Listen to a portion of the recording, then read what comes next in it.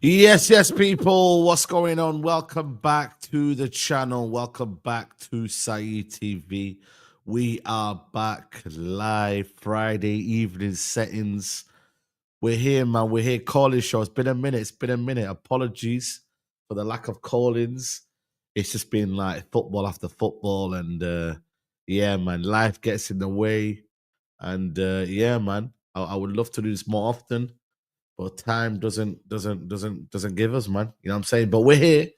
Big up to the chat. I see the chats popping off right now. I see Onana Foundation. Guys, shall we block him or shall we keep him, man? What should we do, guys? Is it worth a block? Is he harmless? You know what I mean? Let me know, man. If you lot tell me to block him, I don't mind, man. I've got the energy to block anyone who's trolling tonight. You know the ones there. Let me know if he's... Man said mod him, you know. Let me know, man. Let me know if he's harmless or not, man. Man said he's taking a first block. You know what? If he calls in, then it's a different conversation. But I doubt he will call in. You know the ones there, bro. I doubt he will call in, man. You know what I mean? He might not be able to you know, pick up the phone, bro. Do you know what I'm trying to say? Like, I don't know, man. But yeah, man. Hope everybody's well. Like I said, people, man, call-in show. We'll be here for the next couple of hours. Yeah, get as many calls as you can. As you can see by the title, it does say no holds barred. I don't know if you know that term. I don't know if it's an English term or if it's a universal kind of term, but it is say what you want. And yeah, man, I want to hear your opinions. It could be about anything. If you want to rant about the manager, cool. If you want to rant about Onana, cool. If you want to praise someone, cool. There is no agenda. Even though I put 3 scrubs in the thumbnail, there is no agenda. Yeah, within reason, of course. You know what I mean? But yeah, basically, no echo chamber here. Say what you got to say. I might challenge you, I might not. But it's your opinion. 5 minutes. 5 minutes, guys. You have 5 minutes. Please, I want to get many callers as possible. I always miss out like 20 people. So I want to get many callers as possible. I am going to pin the link. First and foremost, let me get my my iPad ready. Let me get my iPad ready so that I can just pin the link. 1 second, people. Right, cool. Everyone hit the like button as well. Here we go. Call in now.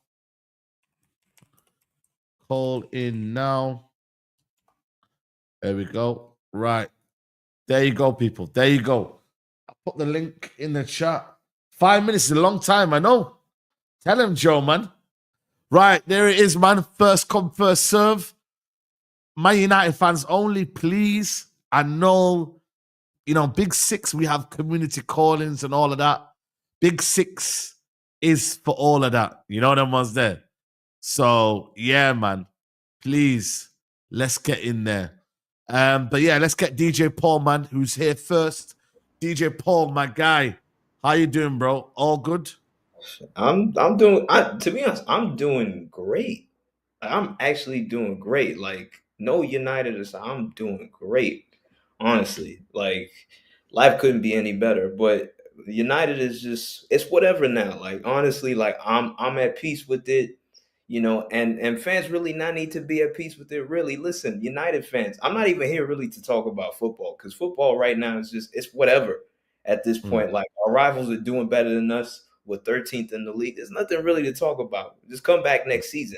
Right now, I'm telling you guys, listen, focus on life, improve your life. I was in your country last month. Actually, I was in London. I was in Oh, London. swear, man. How was it, man? It was cool. It was cool. It was my first time back in like 16 years. So I went around, North London, West London. I went to actually went to Craven Cottage for some reason. I don't just wanted to Mm. see some stadiums and whatnot. So it was cool. So yeah, just get your passports out, travel, enjoy yourself. Don't stress over United because United really is Mm. dead. We got so many players we gotta move out. Goalkeeper's a dud. Um, Hoyland, Garnacho, Hall of Shame performances. The only people I actually genuinely feel bad for, Lenny Euro and Yeah. and Mazraoui and even Delit, but Delit's been injured for the past couple. Those are the people I actually genuinely feel sorry for because actually they're actually good. Like we actually don't have a bad defense. But if you have a poor goalkeeper behind you and you have two people up front that can't score goals, it's like you're always going to be let down. Our defense is actually not bad at all. Our defense is actually not bad at all. That's the one place like that Lenny Euro money that we actually spent in the summer, and I actually seen him play in real life. Like that's actually money well spent. That's Mm. really money well spent.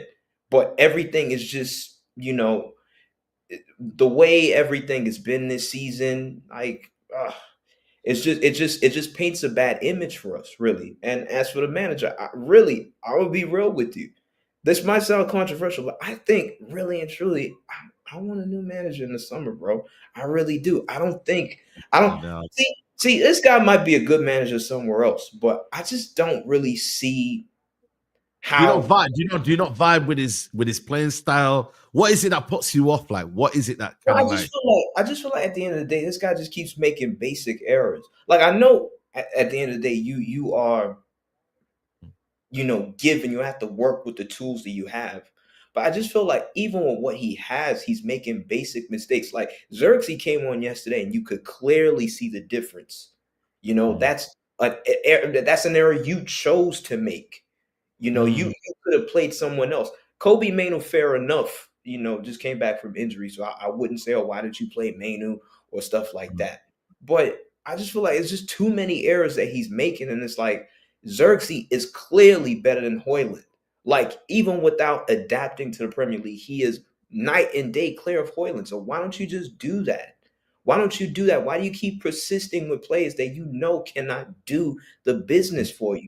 This is my thing. Even with Onana now, I'm hearing rumors that he's going to get dropped on Sunday. Is he going to get dropped? If he gets I don't dropped, believe the rumors. I don't believe it. I don't believe it personally for if me he, because he's but yeah. if he doesn't get dropped, I'm just like, again, what's the point? Like, so it's just selection errors for me that he just keeps doing. I'm just like, I don't know if I could put up with this. So Mm. really, truly, if we finish the season 12th, 13th, no Europa League, one game a week next year, I'm just like, I'd rather start it all off on a new page with a different manager. That's just all I'm saying. And United fans know this. A lot of people are just scared to just not go against the manager, because I don't know, for we're indoctrinated in this fan base to always go with the manager, to always stick with the manager till like the wheels fall off. I don't know why, but really and Mm. truly, real ones know that this guy is more than failing right now. And it's just like there's no way or there's no justification on how you could try to spin it. He is piss poor right now. And I don't know if the summer window is going to change. I hope it changes, but I'd rather start on afresh, should I say. So that's it. Yeah.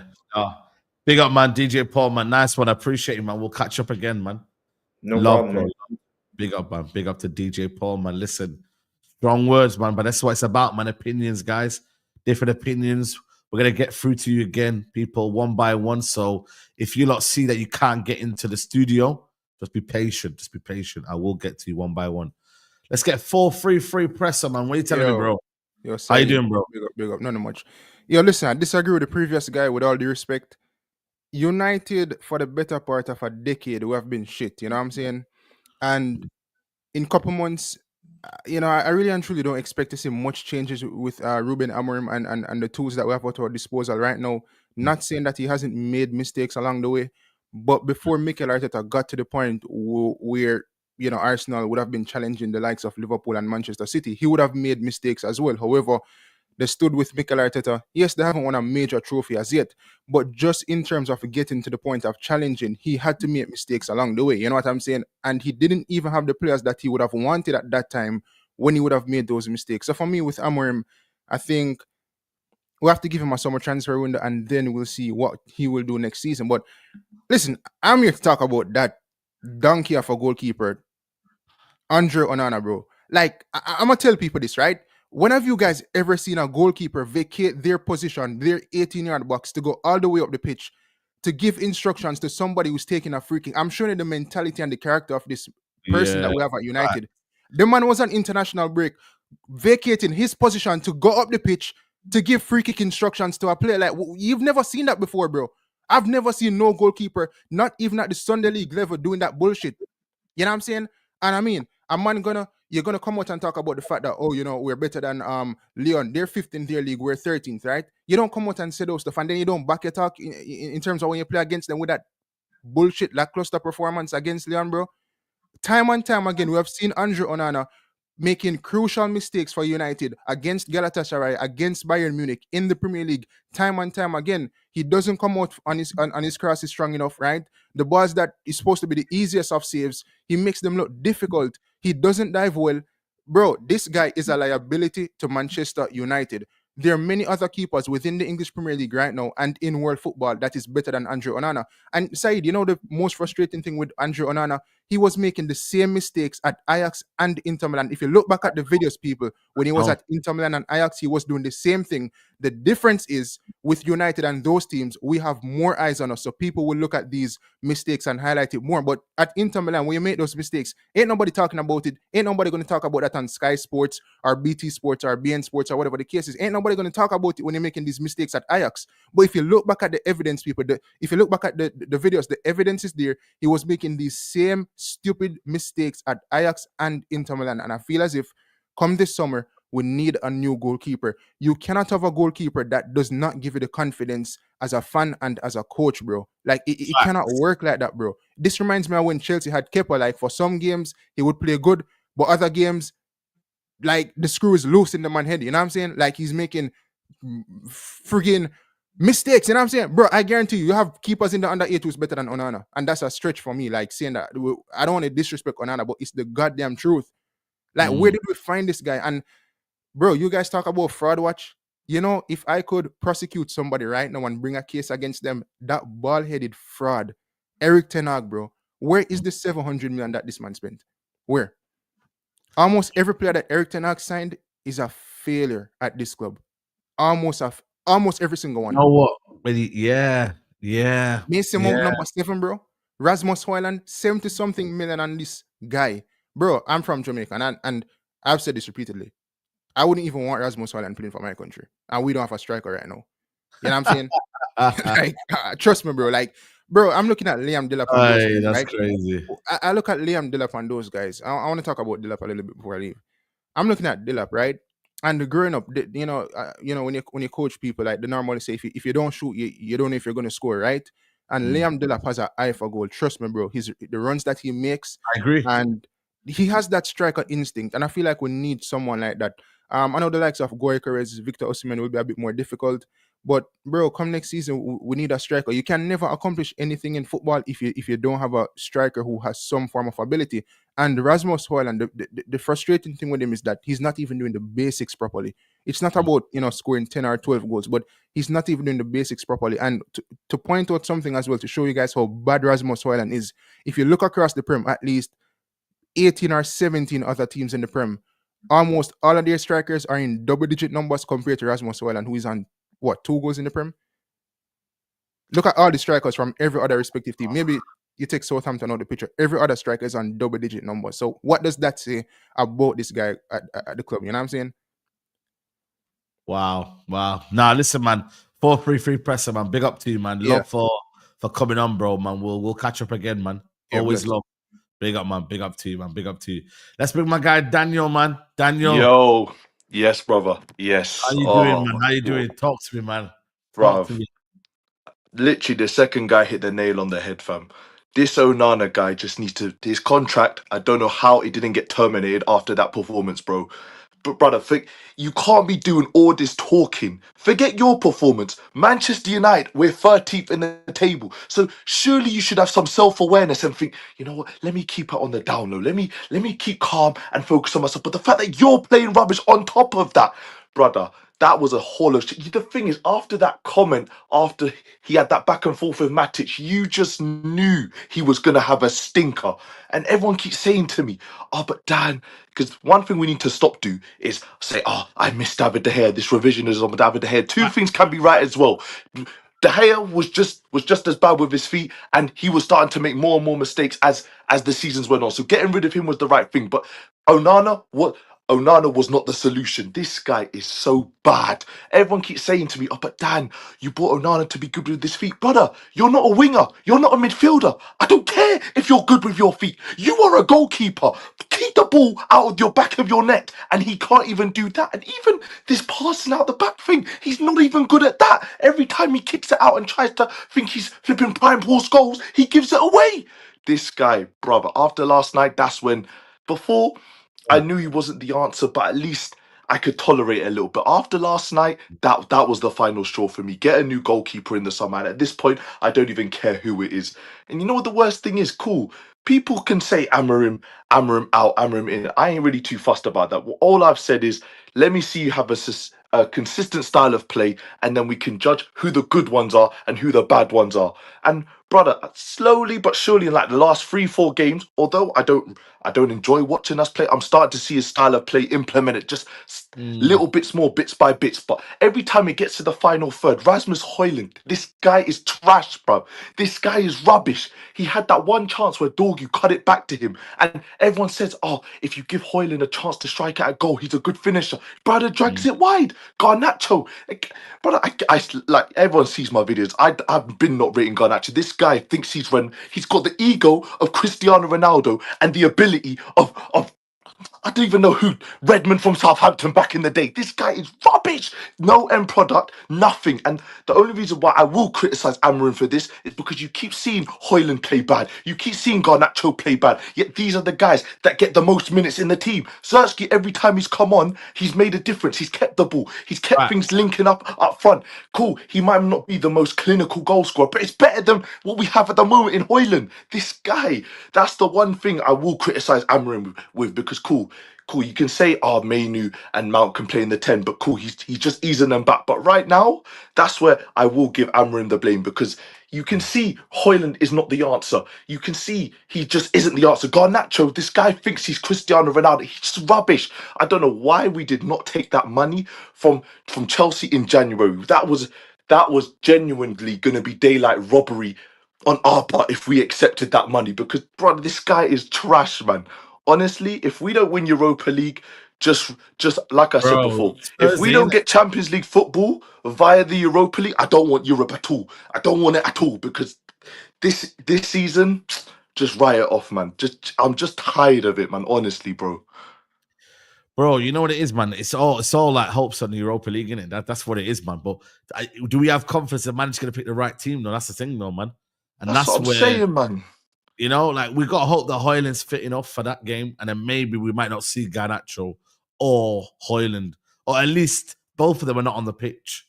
You know what I'm trying to say? Yeah. So I don't believe these reports. I need to see it before I believe it. I need to see him not in the team. When you know when the team new comes out, I just see Onana is not there. Hoyland is not there. These men are not there. And I'm looking at the bench. Oh, their names are not there. Yeah. Literally, because so many times we've seen the board say things, bro, because people started doing this. When Amrin started coming in and he started saying all the right things, after we drew to Liverpool, he tried to say all the right things like, oh, why are we happy with that when we don't do it against the smaller teams? So everyone fell for the trap of, oh, he's saying the right things, but the actions speak louder than words. I need to start seeing these guys getting dropped. And when the summer comes, you need to, same way how you push Rashford aside, even though he'd probably be our best attacker right now. Yeah, well, you need to do that with the likes of Garnacho and the likes of Hoyland and be ruthless. Get a striker, get a Cunha in the number 10 position, and get a new goalkeeper. And then after that, you can just start the bases from there. It's kept the wrong ones, man. It's kept the wrong ones, man. Even a Rashford now, I'm not like, you know what, man? You know what? As much as I'm like, yo, it's better than this. It's better than this. Bro, man, it's got us thinking mad. But listen, Daniel, man. Big up, man. Big up every time, man. Big up the chat. Smash the like button, guys. Come on. He's doing a lot for the community, man.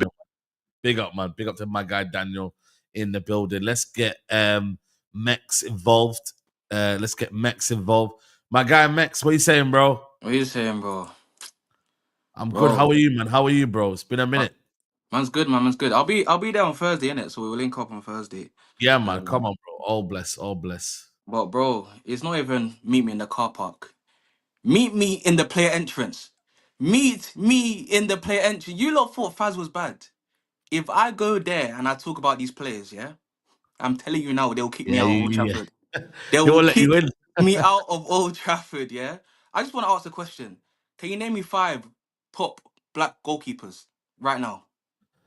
Yeah, can't lie, bro. Not now, man. Not now. You can't. Right now, it's looking peak. You can't. You know. I'm worried that he has children in the future. He might drop his child. No, real talk. He might not have the strength to hold his child because what's his hands made of? What is his hands made of? Seriously, what is his hands made of? Yeah. And then we got Dolph Ziggler, number 9. WrestleMania is next week, you know. WrestleMania is next week. I'm sure Triple H will get him in as a debut wrestler to play. I'm sure because people said give Rasmus Hoyland service. He don't get service. That's what they was telling me in my TikTok chat. He don't get service. He gets service now. He puts it to Rosette or he puts it to M60, M60 wide, that wide, yeah. And then Alejandro Garnacho, yeah. Ego of Cristiano Ronaldo, yeah. Quality of a Sunday League player, yeah. If you want to take shots, Baller League, I'm sure Sharky needs players. I'm sure Anjing needs players. Yeah. I'm sure there's teams in Baller League that needs players if you want to shoot. Yeah. You got Ronaldo boots. They gave him the song. By the way, if I see anyone try to sing that song about Garnacho again, I'm telling you now, yeah, we should ban that song. We should not be allowed to sing that song in Old Trafford anywhere. Why we gave that guy that song is an absolute disgrace. Absolute disgrace. And you know, I feel sorry for Lenny Euro. I feel sorry for Xerxes because we worked so hard. Yeah, we worked so hard. We were minutes away from getting the vital win to come to Old Trafford, and then this fraud Onana decided, you know what? I'm gonna play against you guys. I hope they didn't allow him on the plane. I hope something happened and they didn't allow him back on the plane back to England. Because the thing is about me, yeah. The thing I don't get, you view the chat, yeah. You say we're way better than Lyon, yeah. Matic comes back. Says, oh, you're the worst goalkeeper. Back it then. Back your chat that we're way better. Don't put up a stinker. Now you got Matt trolling you on his Insta saying, I told you guys, trolling with all the Man United shirts, this and that. Bro, like, I generally, honestly, ever since, yeah, you know when Francis Ngannou came to Old Trafford that time, Champions League match. Oh no, Europa League Yeah, match. yeah, Sorry. yeah. And he done that takedown on him. I guarantee you, I think he lost brain cells from then. I think he lost brain cells from then because ever since he done that takedown, he's not been the same. You know how you as a goalkeeper, international break, yeah, you're talking to strikers, your wingers, midfielders. Oh, this is how you shoot. This is how you do that, bro. You're a goalkeeper. You are a goalkeeper. Unless you are a striker or midfielder, what are you doing? What Mm, are you doing? Yeah. And for me, I need to see. I need to. For me, I told you, I'm Hoyland's biggest hater. Yeah. Me and Hoyland, we can't be friends. Even if this guy was to score 3 goals, me, how as a 72 million striker, you have 3 Prem goals in the league. 3 midfielders, defenders have more Premier League goals than you. Yeah? You want to sue against Cristiano Ronaldo? When it's time to score for Man United, what are you doing? You're ghosting. You're ghosting. Yeah? You're crying on Peter Schmeichel's shoulders. Oh, I don't know what to do, Peter Schmeichel. Oh, I'm not scoring goals. Can you help me? This and that. But yet you want to sue against Ronaldo and say, oh, I'm not mocking him. He's my idol. He's my idol. Like, man, get him gone. Him, Garnacho, Onana, those 3, get them gone. Get them gone. I'm sick and tired of them. They're ruining this club, and anyone that still backs these players, we have to call them out. We have to call them out because how can you still back these players? Oh, Garnacho's gonna become good. Hoyland's gonna become good. It wasn't Anana's fault. It was. Call it out. Oh, you need to back the players. Stay positive. For that. For that nonsense. Yeah? Call these players out. Call them out because if we don't, they're just gonna accept Mio's key. That's what we are. That's what we're doing. Accepting yeah, joke things every time. It's yeah. enough, man. Real No, no. talk. Meckz, love, man. Big up, man. Passionate speech there, Yeah, man. man. We'll catch up again, man. Yeah, I'll Always see you on love. Thursday. Yeah, man. Big up to you, man. Love, love, love. There you go, man. Meckz not happy as well there, man. You know what I'm saying? To Meckz is not happy there as well. Let's bring on my guy, Peter, man. Peter, how are you, brother? Saeed, man. How's it going? Yeah, good as Big up, can be, man. Saeed.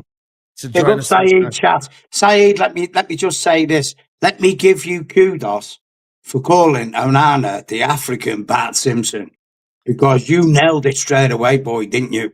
You nailed it. Like, you seen that guy. Also, let me get this off my chest. I want a DNA test on Rasmus Højlund because I think he's Triple H's love child. Wow. Wow. Because that's all he can do is wrestle. He can't play football, can he? No, no, Let's get it. Anyway, we'll no. get to business, yeah? Look, decent performance. You know, we're not a good team, Saeed. You know that. On the chat know that. We're not a good team. Now, we're good enough to win the Europa League. We really are. You know, if you're in it, you can't win it, and we're in it. But we're not a very good team. You know, the league position says how it is. That's where we are. That's it. Yeah. What would you do now? This is what I'm thinking now in the league games, just the league games. Yeah. Well, that's all we got left by Europa League. My midfield will be Ugarte, Mainu, and Xerxes. No Bruno, no one else. I will play them 3 core players because them 3 players are actually quite dynamic between Okay. them Okay. together. Yeah. Who he plays up front, I don't know. Put a young buck in. Rasmus Højlund is done. Sell Bruno, sell Garnacho, one of the previous guys, and big up to all the callers that called on as well. Respect, yeah. One of the guys said Garnacho thinks he's Ronaldo, but he's a non-league player, and he's bang on. Yeah, he's bang on. Yeah. Let me put this question to you, Saeed, on the chat. Why is it when players leave Manchester United, they all of a sudden become better players? We can see this. This is not, mysticism or fantasy. This is reality. We can see that as soon as they leave this rancid club called Man United, they become better players. In fact, they become the players what we bought them for. In Rashford's case, obviously, he's homegrown talent. But it's facts, so Saeed, isn't it? Yeah, I agree. It's facts. So let's rewind back when we let David De Gea go. We let a Golden Glove keeper who won the Golden Glove that season, didn't give him a testimonial, let him go, his contract go for free, went and bought a clown for how much money? Yeah. And now we're talking about bringing David De Gea back from Florentina. You Classic cannot United. make this shit up, Saeed, man. Yeah, You no. seriously. This is a Netflix. We should have a Netflix series on Man United because I tell you what, like they'd make a killing out of us. Mm, They would make a killing. mm, Now, I mm, was in the pub yesterday. I was talking to one of the old school Reds like me, obviously I'm in my 60s, yeah. And there was a keeper when Dave Sexton was manager of Man United called Paddy Roach, second keeper to Gary Bailey. And Paddy Roach was known to make quite a few calamities. Paddy Roach was an actual better keeper than Onana. But anyone, I think it's not hard. The standards are not hard to be a better goalkeeper than Onana. It's not. Really and you know what I threw in the act, Saeed and all, I thought Taibbi, the Italian keeper we had. Yeah. What do you think of the manager in terms of like him understanding his mistakes? Do you reckon he's got the cojones to drop him? I think, Saeed, I think what's happened to him is this, yeah.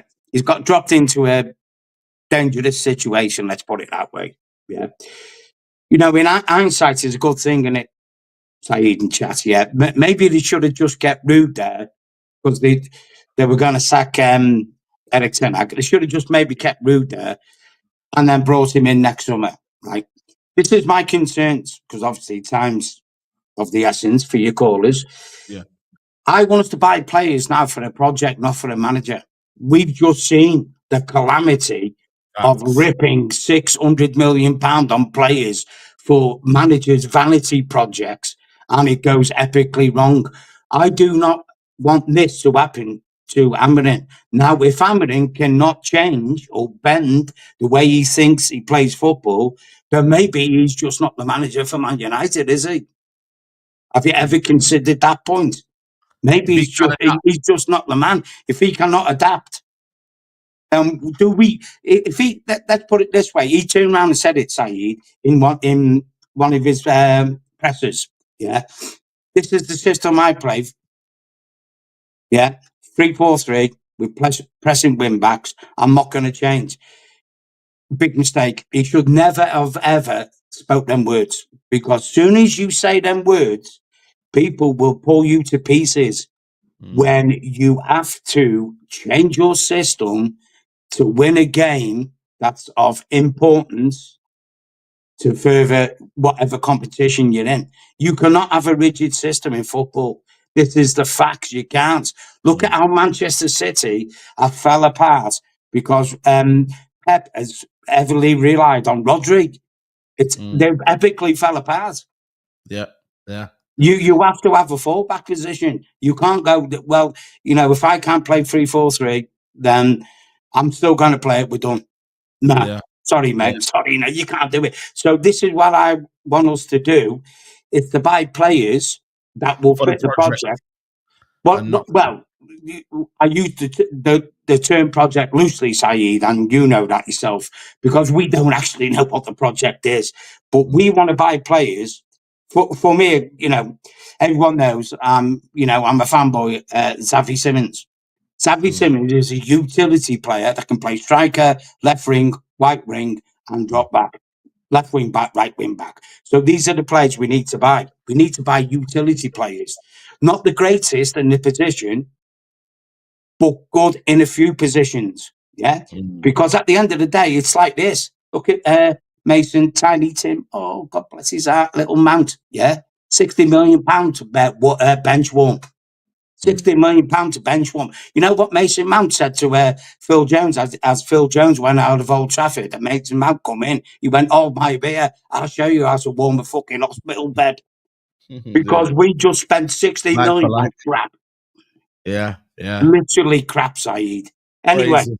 But listen, Peter, nice one, man. I appreciate it, man. Saeed, always love you. You'll never see me at OT again because I've blown it away. You know, that's it. I'm done with it. I want to get out in. It didn't happen. Sir Jim's coming and he's just ripped everyone up. I'll just say this, guys, to chat and all, yeah? I'll just say this, yeah? There's a guy who I know at Old Trafford, been a season ticket holder for 60 years, and he's just in the same seat for 60 years.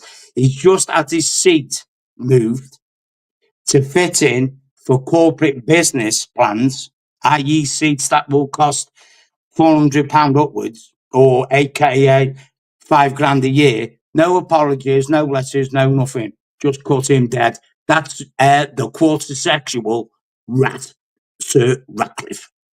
Peace, love. Love you all. Peace, love. Nice one, Peter, man. Love as always. Big up, Peter. Big up, Peter, man. Let's bring on Jerry. Jerry, can you hear me, bro? Yeah, I can, man. How are you, Saeed? It's been a while, man. Yeah, it's been a while, man. How are you, man? Everything all good? I'm good, thank you. I'm blessed, man. Everything's good, man. Just finished uni now. I'm in summer holidays now, yeah. Yeah, I'm man. ready Come on, enjoy it, bro. I'm ready to support a team now, yeah. So, the still things I want to talk about. So, obviously, I came up here yesterday, and I watched the game. I watched from 10 minutes, and I'm seeing. Me personally, I don't care about football because I was like this season. I just want results now, but next season I want to see football. But this season, I want to see results because I know that these are the sub players that we have now. Most 90% of them are Ten Hag's players, yeah, and we hate him for the way he treated he made everything feel like every depressing, yeah. And the players that I'm not going to now because I know everyone's on his back. There's no point in it because I'm on their side, but Onana needs to go because he's part of the problem. Him, Yep. Onana, Holland are the three main players that need to go and replace him with better quality. Like Onana thing, yeah, is very annoying because why open your mouth for? How even though if someone's talking shit about you, you're saying you're worst goalkeeper, yeah. How about keep your mouth shut and then do your talk on the pitch, yeah, and then when you have a good game, then you could go talk, open your mouth, then, yeah. Onana is actually become very very annoying for me, but like yes, I see him put that Amber gonna drop him, yeah, but if I see Amber starting Onana in a Lyon or Newcastle game, or me, I don't want to see Onana ever again. If I see Onana starting this season again, then that's when I'll start to have doubts in the manager. I won't see the Amber out because obviously I'm still backing him, but I will get to a point when I feel like this take the piss down because like you just want someone that cost you that game, yeah, that's what cost us the season, and I was like, nah, I don't want it anymore. I don't want this guy in the club anymore, and I'm full sorry for people like Bruno because also I understand how you feel about Bruno because I've been watching you a lot talking about him. But me personally, I feel sorry for Bruno because this guy has been carrying us for 5 years now, and everything's been relied on him, and it shouldn't be that way. That because Bruno deserves everything, like because he's been our best player for past like for 4 years. Although he's ball way too much, but like UDB's actually been our best player, carrying us, always available every single game, whatnot, and when a manager, I'll give Amber until like next season, end of next season. When Amber gets his players and everything is going the right ways with the football playing well and winning games or not, and when we get to that top level, then I want to see Bruno less because I don't want to see Bruno play every single minute. I want to say sell him, but I want him to use him properly, like rotate. If you get what I'm trying to say. Yeah. And that's what I want to see. That's what I want to see. And plus, I want to win the Europa League because I think this Europa League is the only chance that can see our season. Yeah, and against Newcastle, I'll probably say same players except for Nana. Drop Nana, but I'll play the same players. I hear you. I know people just get dropped, but I'd rather put the same players so that next on the next Lyon game we play our best players because I don't want to start May straight away because the players now come back from injury. We need to use that ease them in properly, give them match fitness. I'm Brandon start so that Brandon get match fitness so he can be ready for the Lyon game and then Lyon play the best players and then we get results and we go and then everything will go in the right direction. Big up Ibrahim as well. So Nice one. Yeah. Big up, man, Jerry, man. We'll catch up again, man. Love for coming to have your say. Love, bro. Big up to Jerry. Big up to you, Jerry, man. Let's bring on Grady. Grady, what are you saying, bro? What are you saying, Saeed? Good stuff. Right. Can't lie. Come on, man. We're here, man. We're there.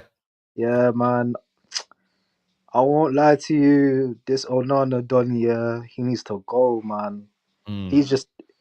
He just embarrassed the club, man. Because you know when you play for a big club like Man United, you just keep your mouth shut. You let the Facts. football do the talking. Like I've never seen a top player, like especially in the history of United, talk so much crap before a match. Because the standards are there. It's the volumes. You play for Man United, you don't need to talk. You don't need to talk and say anything about Mm. any oppositions. You just let the football do the talking. But this guy just talks too much, man. And Too much. that's what he gets for just talking too much. And the fact that you're talking to Matic, let's be honest, yeah. At least he's done something for the club. Mm. He brought something to the club. And you know, you can't just reply saying that I won this or like give slide digs to him, like because it's not going to affect him. So Mm. with him, I don't understand his performance, like his quality. Like I don't rate him, man. And I feel like we just need a goalkeeper, a new goalkeeper at this Who would point. you get? Who would you get like right now in Europe? Who do you reckon is can take that position on? It's I'm not gonna lie to you. I think it's very. I Mm. think the pool is very poor right now in terms of goalkeepers. It I is. It don't is. know. I can't lie. All I can do is trust the recruitment, and see how it goes. At least we want something different. But I've seen was it Barada's strategy in Mm. City where I think the players need to get at least 2 years, and if it doesn't work out, go. Because at this point, I don't want to hear development, retete. Wait, this is Man United. There's no Facts. the only time I hear development and this and that, yeah, is through youth academies and academies. Like it's for development. I don't want to hear, oh, give him time. And it's been 3 years, 4 years. No, two Mm. years, you're out. Because at this point, someone like Hoyland, people are backing Hoyland and they're, you know, trashing, they're just talking trash about Xerxes. Xerxes, the thing is, yeah, I love his fundamentals, the way he plays. Like maybe, in my opinion, he may not be suited for the Premier League, maybe in other leagues. But as a player, I love how he actually brings in the other players and makes the intelligent runs, intelligent plays, and he Mm. gets overshadowed by other players like a Hoyland where he does nothing. He's just a scrub. Like Mm. Hoyland, he needs to go. He needs to go. He's got so many chances, and from times where I don't understand the fan base, it's just confusing. It's like they don't like the intelligent players, the technical players. Yeah, the technical players. Yeah, Yeah, it's always been like that, though, man. It's always been like that, man. Martial. Oh, Martial is dead. Pogba, nothing. It's because those type of players. Let's be honest. We've been going through. They've been playing with trash players, man. So Mm. so it's like it's just hard, man. It's difficult, man. We just need to see how it goes, and especially with Ruben. And I can't lie to you, I'm not enjoying the football right now. Mm. But A lot of we'll people are see. saying that. Yeah, but I think we'll see in terms of like the next season and what he can do, and if if it works out and stuff like that.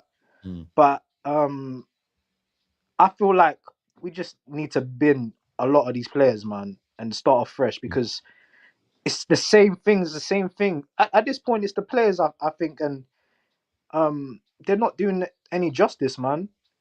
I don't know if it's maybe they're just on, they're just sitting back, they're on the beach or something because of like maybe the wages or they're getting overpaid. Mm. But Yeah. something needs to change. Something needs to change, and we need to go back to where we were, like in terms of the standards, because people need to stop with this development thing. Because I don't see Real Madrid doing that. I don't see Bayern Munich doing that. Like I Yeah, don't the want to top hear ones no that do they do development. if they're gonna do it, they do it. They balance it out. They don't just put full faith in the Absolutely, youngsters.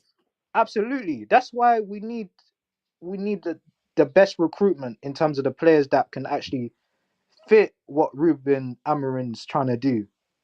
So we Mm. can actually see what he's trying to do and stuff. But I feel like at this point, Mm. even if we go to Europe and get Champions League, I don't want no paper over the cracks and stuff, and it goes back to Facts. square one. I'm sick of it. If we don't get Europe, I'm fine with it. I'm complete with it. At least we can actually start off afresh and bin out the players that we don't want and Nah, for see how real. it goes. Yeah. Literally, because Nah, all big of up this, Grady, man. Love always, man, for yeah, man, tuning and showing love, man. Big up, bro. it's all good, bro. Come Love, on, bro. man. Love, man. Big up to Grady people, man. Big up to everyone locked in, man. We've gone 47 minutes past now. Nearly at 300 likes. Got nearly 800 watching. Let's get these likes up, people, man. I don't know who this is here, but Ishak, are you calling in or are you just messing about here? So What's going on? What's going on? I got a question for you. Yeah.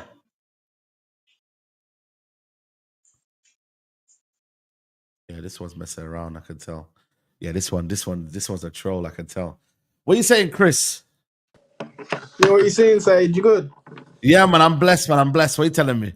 Yo, apologies for the camera quality, innit? No. It's all blessed. Come on, man. So as long as the sound is all So right. let me just turn the volume up on my phone. I can barely hear you.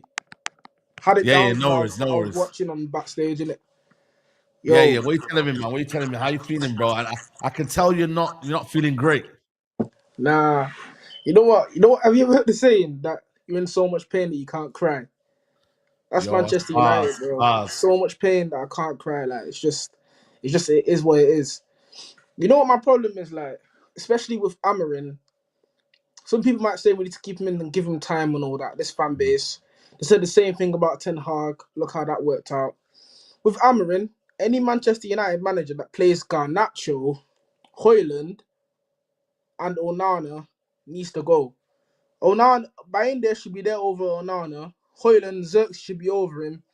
And even with Garnacho, I'd play Mason Mount ahead of him. That's how bad he's playing right now.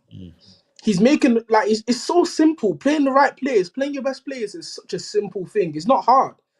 I have no problem with his system. It's just the players that he chooses to play. And even with Dalot, like, he doesn't attack enough for me. We need two wing backs that attack so we can play like attacking formation. So with Amarin, that's my problem with him. He doesn't play the right players. Zirkzee is like 10 times better than Højlund, bro. Højlund is so shit. And Onana, that guy is a fraud. Oh my days. He's shit, man. Like he's just dead. Just dead, man. You know, in terms of Europa League, do you believe we could do something there next week or? Yeah, I think that if Bayende plays instead of Onana, we definitely go through. I think we go through. Like I'm not really worried about that because for me, Lyon, like their attacking ability, don't really have enough like where I think they can proper punish us. But at the same time though, with the crowd, is the crowd really gonna be up for it? Because we're shit right now. So the crowd might not be up for it. But Onana needs to leave, man. I'd sell him. He shouldn't play. If Amarin does not play Bayende instead of Onana, he's not a serious manager. He needs to bench him. Onana's so shit, man. So dead. You know, obviously we've been linked with Cunha, Delap, strikers. Who you thinking, bro?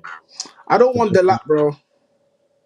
He's too young, bro. I don't want any of these young players, bro, because Højlund and Garnacho, they're playing so bad, especially Højlund as well. I really hate Højlund, bro. Like, anytime he plays, I want to punch him up. I can't lie. Just want to punch him up. I hate him, bro. Like, he's so annoying. Like, he's so shit. Even when I'm watching with my dad, I go to my dad, check what he's saying about the game. The first thing he says, "Oh, Højlund is shit." That's the first thing my dad says, bro. It's so funny. That's crazy. My dad hates him. I hate him as well, you know. If me and my dad caught him, bro, I swear we'll punch him up together, you know. That's crazy, man. He's so shit, you know, man. me with them, I think Cunha, obviously, got Delap. I rate Cunha. I'd get Cunha. I rate him. I play him in the 10. You know what would be so nice? Ahmad in the right 10, Cunha in the left 10, and then Zirkzee up top. We're cooking with that. That's easy top 4 next season if Amarin decides to pile up. That, you see that attack Saeed, imagine that attack. That attack's cold. Imagine that. That attack's cold. I think there's a lot more we could do. I think fullbacks as well. Midfield's also yeah. If we don't get a good right midfield. Yeah, you see Agate, that guy. You see, like on the ball, he's rubbish, man. We need a better midfield than him. Like, we need a better midfield than Agate because you see when we don't have the ball, he's good. But when we do have the ball, like he's just lackluster. All he can do is just he can't make like good passes. That's why him and Casemiro don't really work properly. So Agate, for me, we need to get like a new midfielder there instead of Agate, or one that can. Agate's not good enough for us to get a midfielder to complement him. He just needs to be benched. He needs to be a squad player. Yeah, I was going to say that. Is he good enough to be complimented? Is he worth the hassle of trying to I'm not make gonna it lie, Saeed, you might not like this, but I don't mind Bruno in the 8 me. I don't mind him in the 8. Fair. Right now, I don't know, man. Right now, Bruno could do his thing, man. I think for me, there's too much. He actually played. He didn't play too bad against Lyon. I thought it was good. I thought it was good second half. Yeah. So I can't lie though. I don't forgive him for all the other stuff he's done. Like Bruno, no, but for now, he's doing his thing. Our best. I can't lie. Right now, he's up there for our best player. If you don't, I agree. If you don't mention the defenders, though, the defenders are doing good. Like Maserati, even though he doesn't score, he's doing really, really well. So he's up there. It's between him, Maserati. Lenny Euro's been playing well, but only for a few games, not really consistent. Yeah. But Onana, he's a fraud. He needs to get out, bro. He looks like Bart Simpson as well, bro. Bro, listen. As soon as he was a black goalkeeper, we should have known he was shit, man. Black goalkeepers, like 9 times out of 10, they're dead. They're dead, man. Nah, love, man. Chris, man. Always love, man. We'll catch up. Big up, bro. Hopefully we get through to Europa League, like semi-finals. Hopefully. Cheers. Man. Love, man. Big up to you, man. Big up to you. Let's bring on Ridwan. Ridwan on the ball. What are you telling me, bro? I'm chilling, man. Assalamu alaikum, bro. How are you? Excellent, man. How are you, bro? Yeah, I'm chilling. So before I get into it, I'll just want to say one thing about Onana before I get into it. Yeah, there's 3 things guaranteed in life: birth, death, and an Onana mistake in Europe. All right, those are 3 guarantees in life. But I won't go too deep. I won't go too deep into him because a lot of people have touched upon him. So I'll move on. I think a lot of people have been complaining about why Garnacho starting games this season, why Højlund's starting. If I ask you this, who in the team currently, especially with Ahmad out, who in the team is able to carry the ball a couple of yards, take on at least 1 or 2 players, or try to take on 1 or 2 players, and at least create something by doing a couple of skills? I'm sorry, but Garnacho is the only player in our team currently who is able to carry the ball a couple of yards and do those things. Nobody else can do it. I question myself sometimes, like, who in our team can do a step over or do a flip flap or something? Nobody can do it. Nobody gets us on the edge of our seat. Nobody can. It depends on what you're trying to say. Like carry the ball. Like I've seen Mainu, drop a shoulder, body feint. I've seen Xerxes do that as well. Like the thing is, I want to know what your reasoning behind that is. Like, is it a case of like who's the most dynamic? Because Garnacho, for all he can carry the ball a little bit, his decision making is poor. 100%. I agree. Even Bruno 100%. could do that to a certain extent. Yeah. I don't think Garnacho is good enough to start in this team. But when you look at on paper who can do what Amri wants, as in who can play in the number 10 position and dribble the ball, at least take on a couple of players, Garnacho's the only one who's quick and who can do it. I don't think he should start. I agree with you guys. I agree. He shouldn't start 100%, but he's one of the few players that can actually do that. That's why he starts. But look, is that because he's available, or is that because you know what I mean? Is it just based on availability that you're saying? Availability is a huge factor as well, because you got players like Mount, Mainu getting injured 24, so that's a huge part of it as well. But just want to move on to something else real quick. People are talking about Amorim and his tactics and how they're not really impressed of how it's been so far in the Premier League. But the way I look at it is, you can't necessarily, look at his tactics without looking at the players. They're tangled. They're intertwined. Until he has the players that can play in his system correctly and do the things that he needs them to do, that's when you can judge him purely on his tactics. But with the players that he currently has right now, you can't separate the two, because the players don't help the system at all. Well, a lot of them actually. So yeah, that's a huge factor as well. But do you think he could be a bit more attacking? I look at his games, man. I think he's very, very defensive, man. I think he's too defensive minded, man. I think he thinks about protecting something rather than looking at what can I gain. And I think sometimes you see that in our playing style. And then all of a sudden, second half, we look a bit more better. But then I'm like, yo, you can't keep doing this, because sooner or later, Lyon really, on another night, score 2 or 3 goals. You know, like Yeah, I look know. at the quality of chance they had. They had some good chances. The Lacazette one, the one where Tolisso with the left foot. There was another one as well. Mikatwanze one. Like, they had, like, Yeah. don't get me wrong, we had our chances, but they had some real chances on another day. They take them chances, bro. So Yeah. you can't mean, let the team do that, and then you expect to come in the end and score. We do get away with it a lot. And by the way, this is us probably playing defensively. We're not even playing attacking. We're playing defensive. So imagine if you said, yo, wing backs, just go up, do what you want to do, and leave the 3 in the back. We're gonna get cooked differently.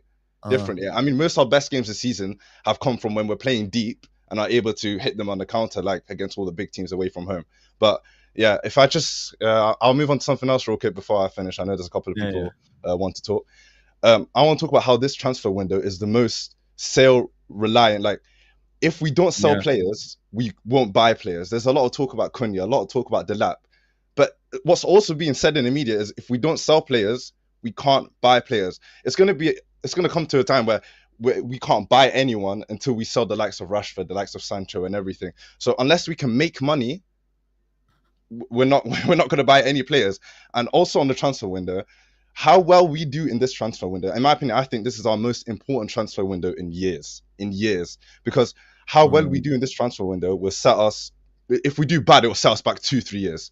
I was speaking to my friend earlier. He was telling me that Erik ten Hag's second transfer window is the worst transfer window we've ever had in our history. Højlund, Onana, and Mount.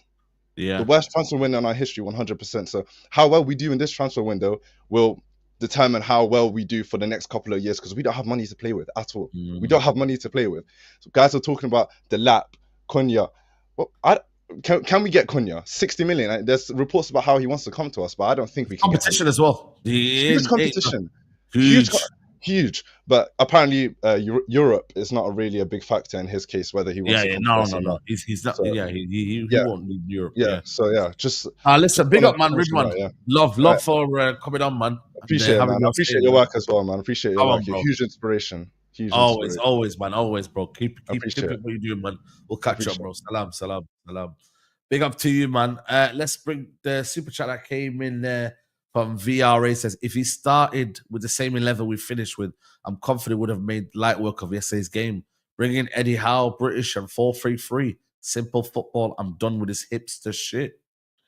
Wow. I do agree with the opening statement. Eddie Howe, I think he's a good manager, but I don't know, man. I don't know, to be honest with you. Let's bring in Stephen Aguilar. Is it Aguilar? Yeah. Big up, Saeed. How are you, man? How are you, bro? What are you saying? Good. I've been following you since you had a 24K sub, so it's come on, love, man. Come on, man. It's good to see your journey, and I believe you're not too far away from 150K, so we'll get it tonight, 100%. Yeah, big up, man. I appreciate it, bro. But I disagree a lot with the last guy said, because I think Garnacho's absolute rubbish. I have his stats right in front of me because I'm right outside my uni, so I have my computer. That's why I'm doing it in the car. But Garnacho this season has 4 goals, 1 assist, 20 dribbles completed, which it only equals to about 30% of dribble succession rate, and he has only created 2 big chances in the Prem, and I think that's unacceptable. I'm glad that Argentina dropped him. I'm from Argentina, so massive Argentina fan, and no surprise that he gets dropped from Argentina. He doesn't even get any minutes. He wasn't even called up. And Argentina win. They schooled Brazil, and then they I'm not gonna say that they schooled Uruguay, but they still beat him really comfortably. I think Garnacho needs to be not only dropped, but he needs to be sold. It's unbelievable how he starts and finishes most of the games. Yeah, he may get subbed up here and there, but it's unbelievable. It's absolutely disgraceful. I was actually saving up to go this season to go watch a couple of games to the UK, to go to Manchester, and I'm glad that I didn't. I'm glad that I saved my money and I didn't go. I was gonna say, man, save your money, bro. I can't lie. I live in Florida, so a flight alone, because I have a girlfriend, so I'll bring her. A flight for flights alone, it would have been around almost $1,700, and then a hotel stay, and then tickets, obviously. It would have been a lot, and I'm glad that I didn't, because I don't think that this team deserves all the effort and all that time. No, not this season. Definitely not, man. Yeah. But the most constant thing is it's almost personal, like just like you have a love-hate relationship, but mostly hate with Bruno. that you want to meet him in the car park. I hate Garnacho. I utterly hate him. I think he's so arrogant, so delusional. So I don't know where he gets his confidence from. I genuinely don't believe where he gets his confidence from. Maybe the fan base, maybe the fact that that the people, they rate him really maybe highly. And obviously United as well, playing every week. Not being on the bench as much, because then you get humbled on the bench, right? Yeah, and I think the Busquets got to his head. It really got to his head. Yeah. And I really think that he should be dropped, and just sold. I think just the United team we just need another winger. We need better. Obviously, Højlund, I hope that he goes. And Onana, obviously, I'm not gonna touch up on him because I feel like everybody previously to me brought up off valid points. And then another thing that I gotta disagree with almost everybody is I don't think we should sell to buy. I agree with Musa. I remember that very heated stream that you had. I think it's almost like at 100K views now. Where it was Musa and Nuruddin versus Traps and Rants. I disagree completely with that. We have to sell to buy. I hate how there's this narrative of Man United are broke. We're not broke. That I don't believe that for a second. Whatever you say it or not, biggest club in England. I hate how Liverpool is about to tie us in the Prem, but United is still the biggest club in England, even with Liverpool's most UCLs or whatever in England.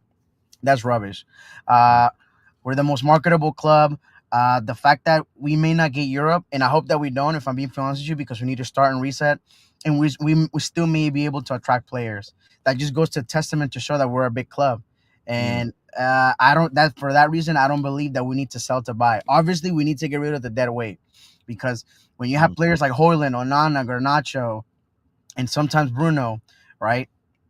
Not only are the other players like Euro, Xerxes, like not only are they having to pull their weight, they have to pull the weight of other players that are not pulling their own weight. So you have to sell the dead weight. You have to sell the dead weight.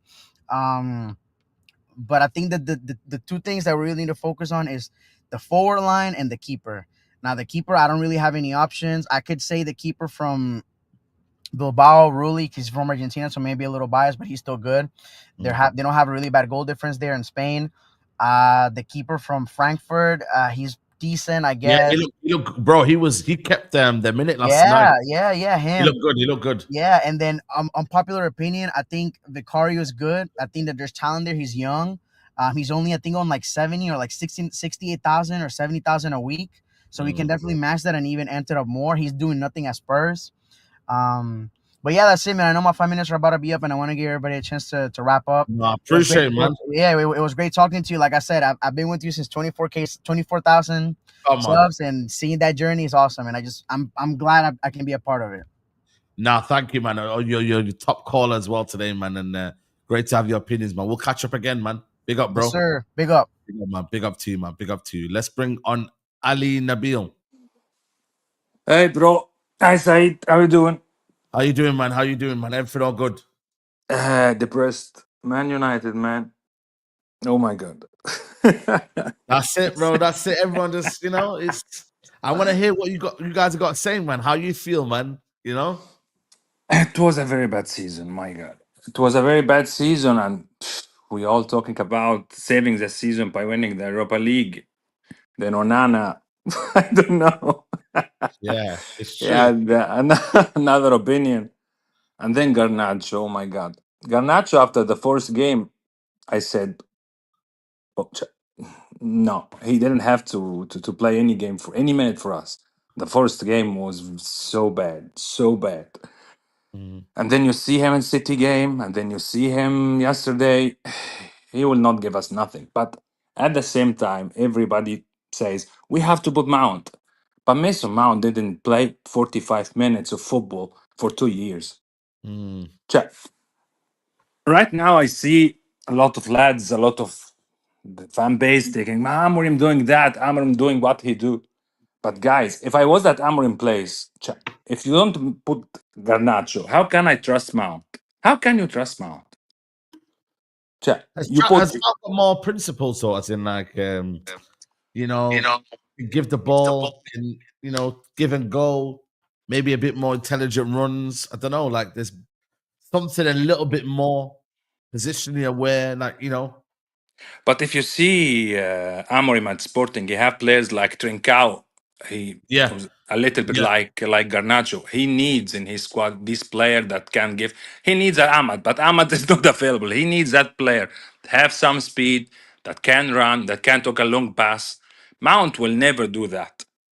We have nobody other than Ahmad. Ahmad is injured. Rashford, Aston Villa, Anthony. There is no. You have only Garnacho who can make a run, but he's a mediocre player. You can't trust him. You can't play him. It's frustrating every time because he gives you hope. He took the ball, he go in his speed, he go near the goal, and then made a very bad decision. It's frustrating watching him. But still hope. After a bad game of yesterday, we still have some hope. Still hope, man. It's not a bad result. It's how it ends. That's the thing. Thank you. It's how you know, like it leaves a bad taste, and for next week as well, because now all the pressure will be around if they have a shot outside the box. Onana. Like it's bad, man. The fact that if everybody says play Bayern, but are we sure that Bayern will be better than Onana? Really, really? Are we trusting Bayern that if he plays and do worse than Onana, we have to stop flipping. Onana was bad, but he's still the goalkeeper who played more minutes than Bayern. At this stage, maybe he had a bad game yesterday, but at this stage, I don't think it's right to put Bayern under all this pressure. Maybe you give a game off of Newcastle for Onana, but I don't think it will be a good idea to put Bayern to take the blame at Onana's place, because if the game goes bad with a Bayern mistake, it will be worse. I think you lose both goalkeepers in at the same time. I know. It's I'm not saying I don't think he's great, but it's better than having them sort of mistakes. Because with Onana, it's catastrophic mistakes leading to goals, errors leading to goals. Bayanda is the errors leading to goals a lot more. I think the Arsenal one was a bit not was it Arsenal, was it Tottenham? I think it was. And yeah, but apart from that, it wasn't that bad. But we have to find solutions, man. The problem that we Manchester United, as you see, I'm an old fan of Manchester. I never saw this lack of quality at Manchester United. Saeed, because before I go, I want my little guy Youssef want to say hello to you. Okay. He's waiting a lot of time. Yes, Yusuf. How are you, man? A young depressed United fan. It's my fault. He's paying my fault, making him a Man United fan. Let's hope that he will have better times in the future. No, definitely better times, man. Your dad's gonna suffer for you, and then you're gonna enjoy yourself in 20 years' time. We hope. Okay. Big up, Thank Saeed. you, See you next time. Yusuf, take care, man. Love. Bye-bye. Let's big up to him, man. Big up to him. Let's bring on Nelson. Nelson, can you hear me, bro? Yeah, I can hear you. Can you hear me? Yeah, I can hear you, bro. What are you telling me? All right. First of all, I'm disagreeing with a bunch of people here now. Go for it. That's what it's about, man. I'll tell you. So, the issue with Man United is we're not a sum of components. Like, every single player goes to another team, they'll be good. And then we as fans we start getting hyped up. Look at McTominay, look at this guy, how well they're playing in other teams. The issue is every single position we have, they're good players for other teams, for other systems. We don't have a clear recruitment policy on what exactly we're looking for. So if we replace Onana, who are we getting back? And the reason I say that is if you look at it, my guy, Radcliffe, just fired our entire sports scientists, like the data analyst guys. So who are we replacing them with? If we're going to be using like these out-of-the-box football manager type, let me go find this guy from Frankfurt. Wilcox. But does he have a clear data driven approach to getting the right guys? I think that the issue we have is we say, okay, we want Cunha. By the way, I rate Cunha. I love Cunha. But is he the guy who actually fits our system? We need 2 10s or wingers who are comfortable in the middle. And what he really wants is people who are comfortable on the ball. And I don't think Cunha, as good as he is on the ball, is he going to be comfortable defending constantly Europa League or Conference League or whatever we're going to be in every single day? I don't think so.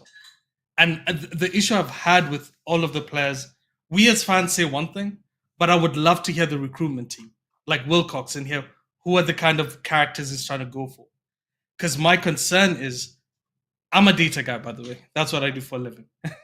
And I can tell. Go on. So last year, and it's been frustrating for me being a United fan. Last year, statistically, we were supposed to finish where we're finishing now. We were supposed to finish 15th. I know. Yeah, Ten Hag didn't overperform. Teams underperformed. We were supposed to finish 15th. And then this season, we followed the same line. We've been constantly bad. And people who fight this, I'm like, if you don't like data, I get it. But data doesn't lie to you. People lie, numbers don't lie. We've been constantly a poor, crap team. This is the worst team in terms of individual places. We're lacking a 6 who can pass. We're lacking an 8 if we wanted to play with 8s. We don't have good 8s. We don't have wingers who are comfortable deep. They only stay out wide, cut in every single time. My biggest concern is this summer, I know we've been talking about like we need to get this guy and this guy. I don't see a valid reason why we're going to improve. And if you know something, maybe you're in Manchester, you probably would know something.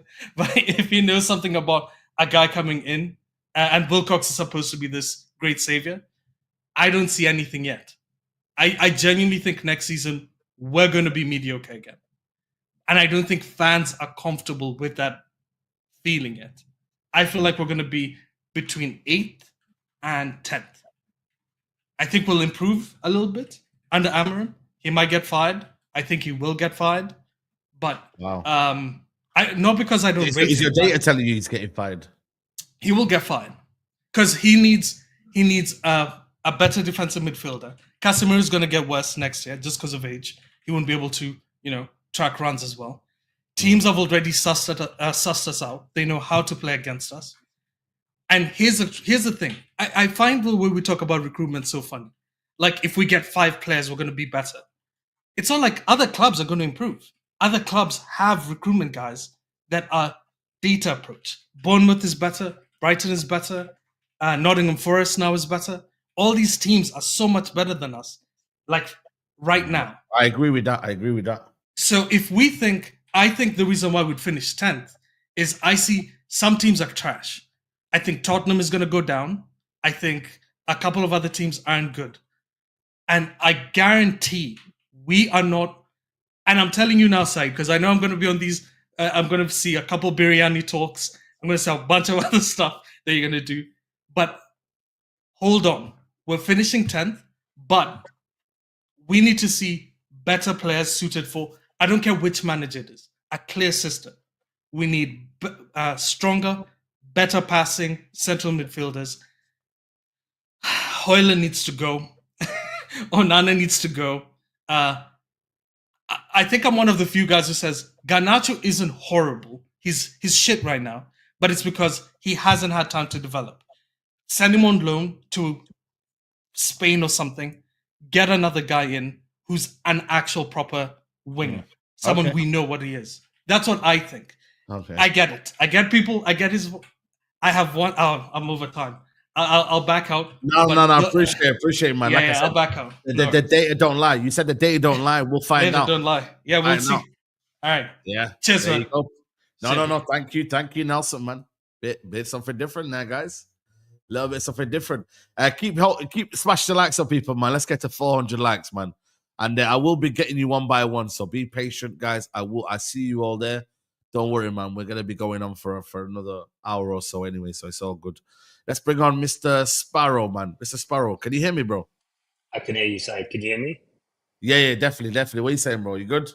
Big up, man. Big up. Big yourself up, Rants, all the other guys from Man Talk as well. I've been a Come on. subscriber for a long time. But I want to Appreciate start off with the previous caller, because it seems like he was the only one that's kind of got his head screwed on with the expectation of where this team and where this club is going currently.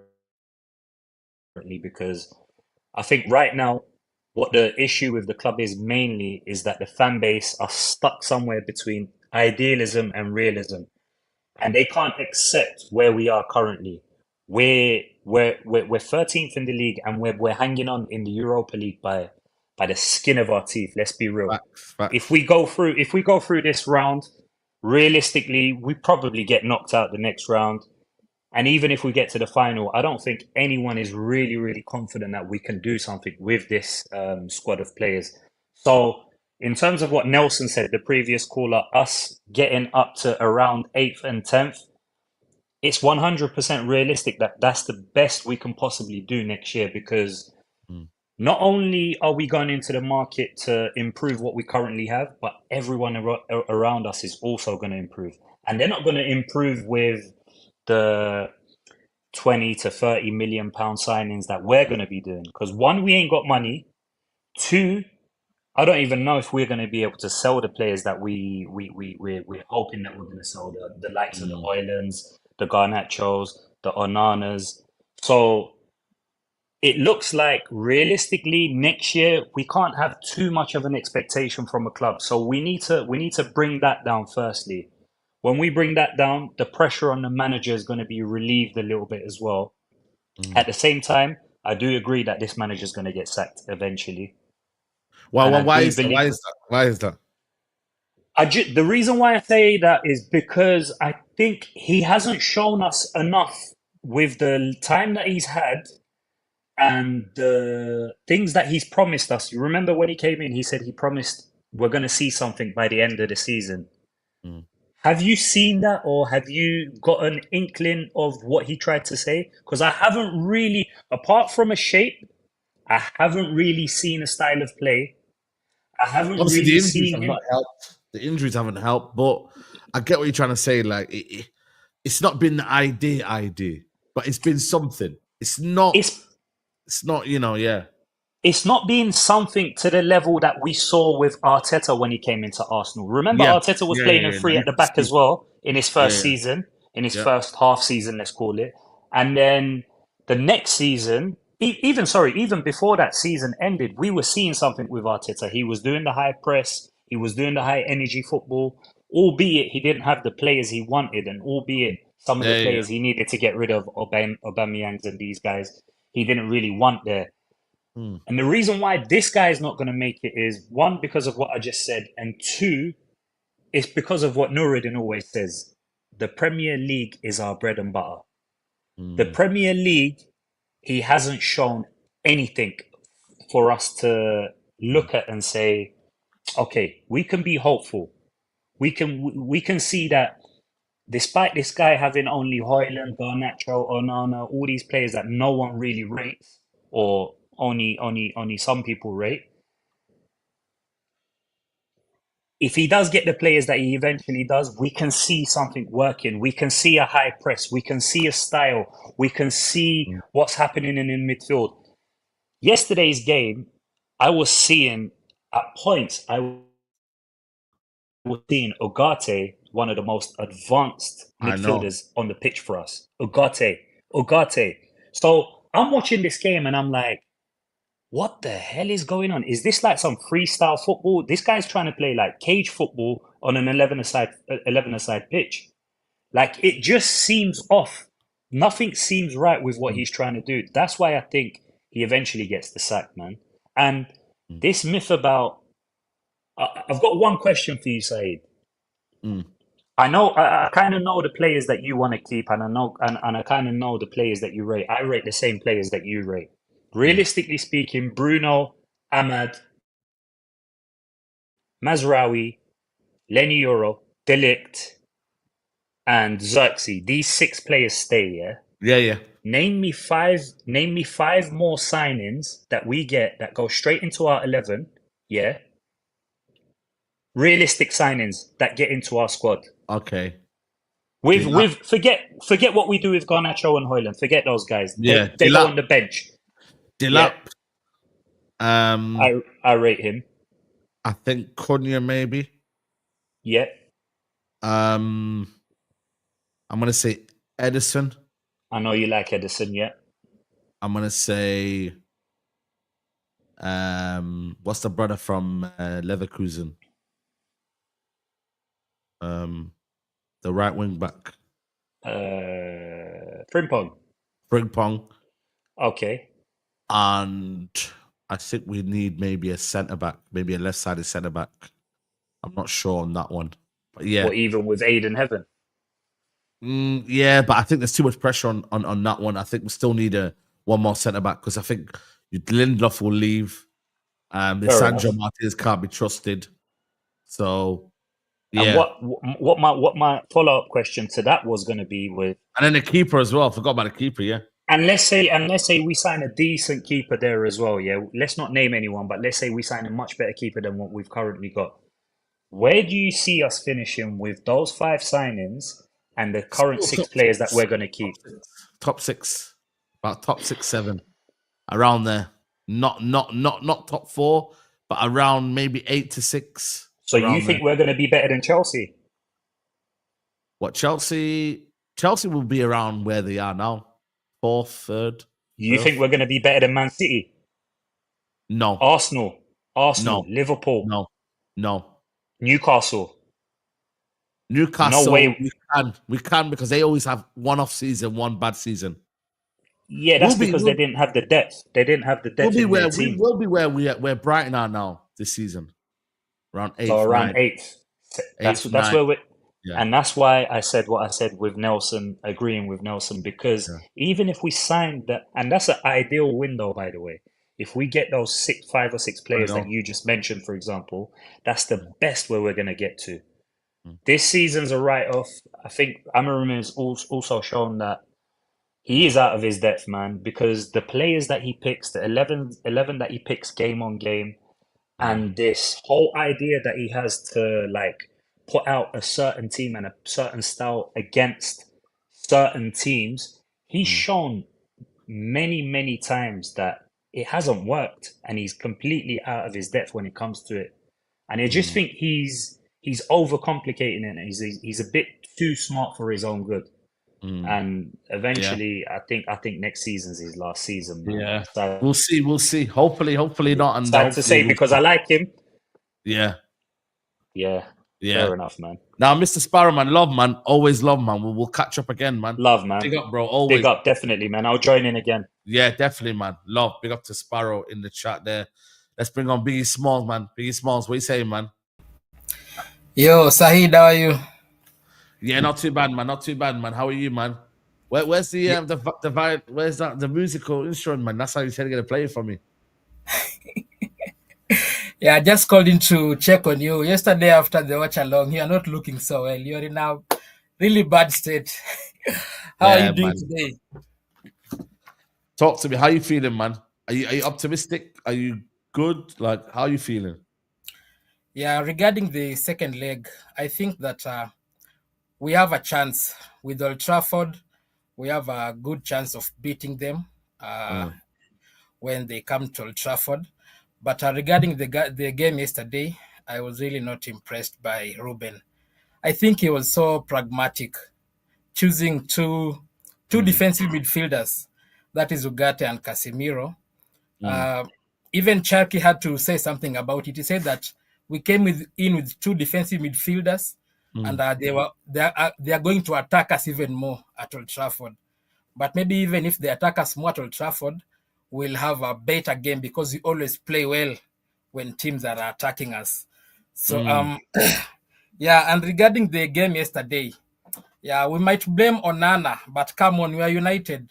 If we go to Lyon and they are scoring 2 goals, we should score at least 4 goals. If you look at their team, most of them could we though? I don't know, man. With what players? With what striker? What quality? 4 goals is a lot, man. Come on, Saeed. Look at their team. Most of them were just Premier League. They are rejects. Maitland-Niles, The other guy, Bro, I think, played was Aston well. Villa. He played well, man. If that's a reject, he played well. Lacazette, still a reject. Matic. Yeah, he's bad. He's bad. Yeah, so that's a team that we should just be putting them to the sword. Even if we are blaming Onana, yes, he made the 2 mistakes, but Amorim should set up a team so well that we should be able to just put them to sleep. I think if he had started with Mount and Kobe, that team, I think we could have played better. We should have put them to sleep, but he was so pragmatic. He always plays Højlund, and in my opinion, I think he's our worst player, Højlund. Who do you think is our worst player? I'm gonna say Onana. Come on. Yeah, man. Onana, Højlund, or Garnacho. One of them two. One of them two. Yeah, and in that team, I think we have some gems. Someone like Lenioro, he's already showing class. He's showing that he can be a good player. The way even he was driving with the ball, he's playing on the left hand side. He's a good player. Kobe Mino is a good player, but we also have scrubs. Someone like the goalkeeper, and I think we are going to judge Amorim to see. He's going to show us who he really is. If he has the balls to drop Onana. If he doesn't drop him even this weekend, then we will just know where we are heading with him. He's going to show us the real Amorim. If The he real can Amorim, yeah. That's what I was going to say. Yeah, he's going to show us if he can drop Onana and if he can drop Ugarte maybe to play Bruno in the double pivot. Do you like Bruno in the double pivot or you like him behind the striker? Double pivot, man. I prefer him deeper. Deeper's better. Yeah, double pivot always works. And what about the signings? Do you like the lap or you prefer the experienced Osimhen? Bro, if we could get any of them, cool.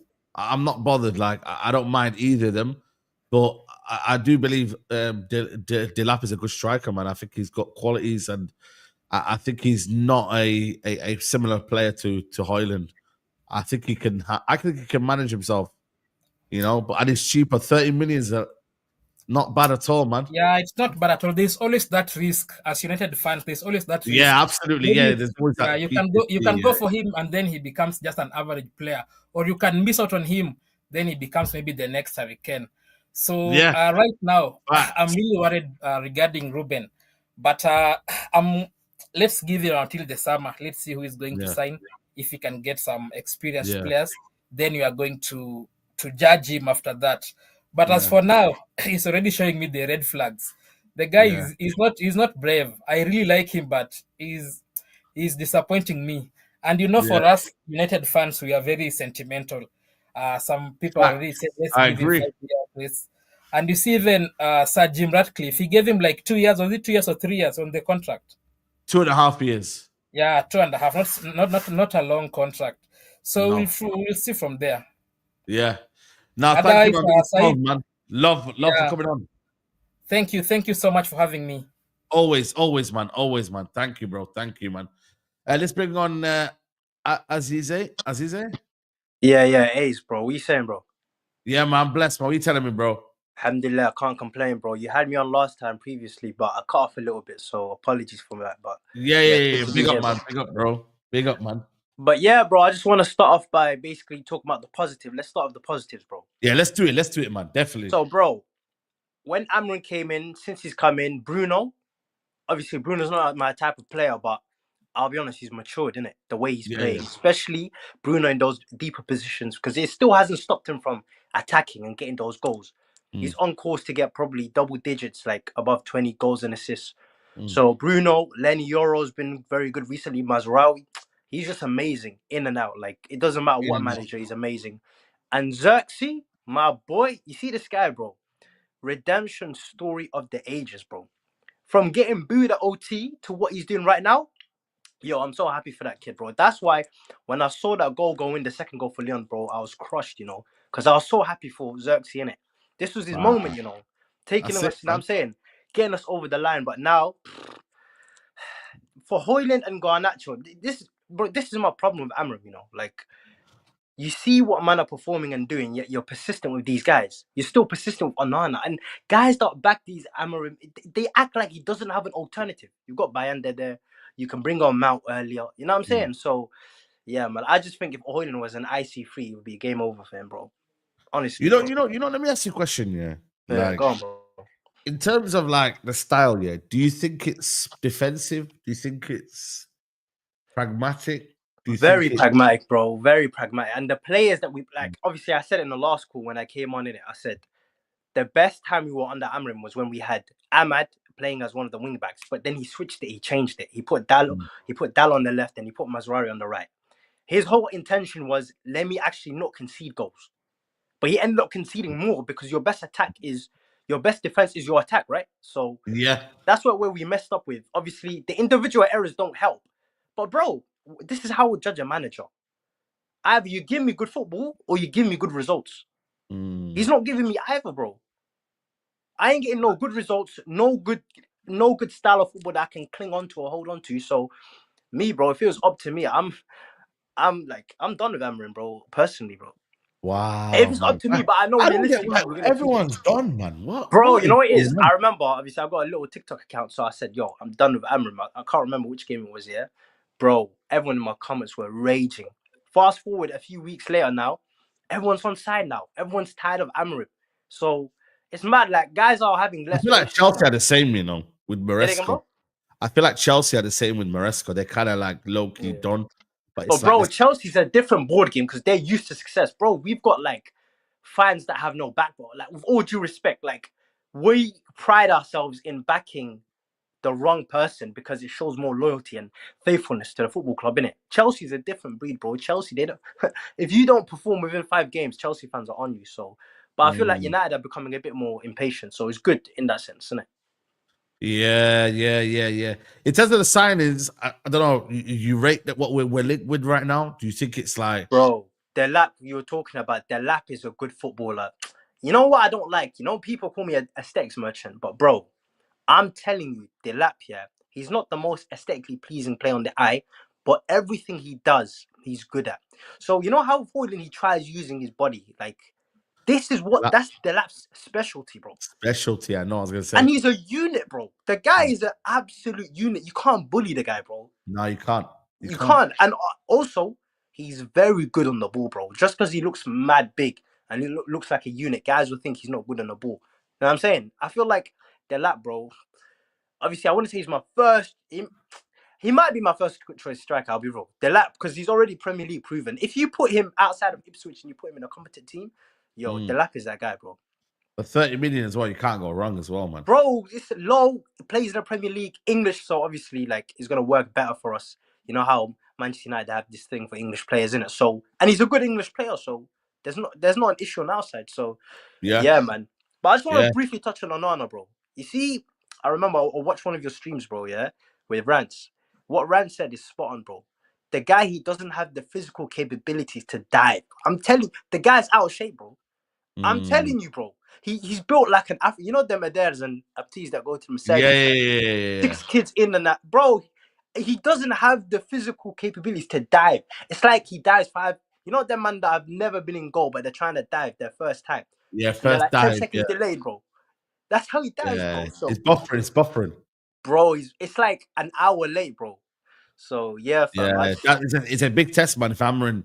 If he says, "Yo, listen, I'm dropping you, bro." Do you get bro, me? That's all I'm asking for Amrin. Just make one tough decision. Of course, it's all well and good bullying Rashford out of the team. Obviously, bro. Yeah, exactly, man. That one there. Everyone was on board for that, Saeed. You know what I'm saying? No one was on Rashford's side, so that's an easy decision to make. Believe it, bro. I was Rashford out before that infamous video you made outside of Newcastle, bro, like at St. James's Park. I've been Rashford out. So a lot of men didn't like Rashford from the beginning, innit? You know what I'm saying?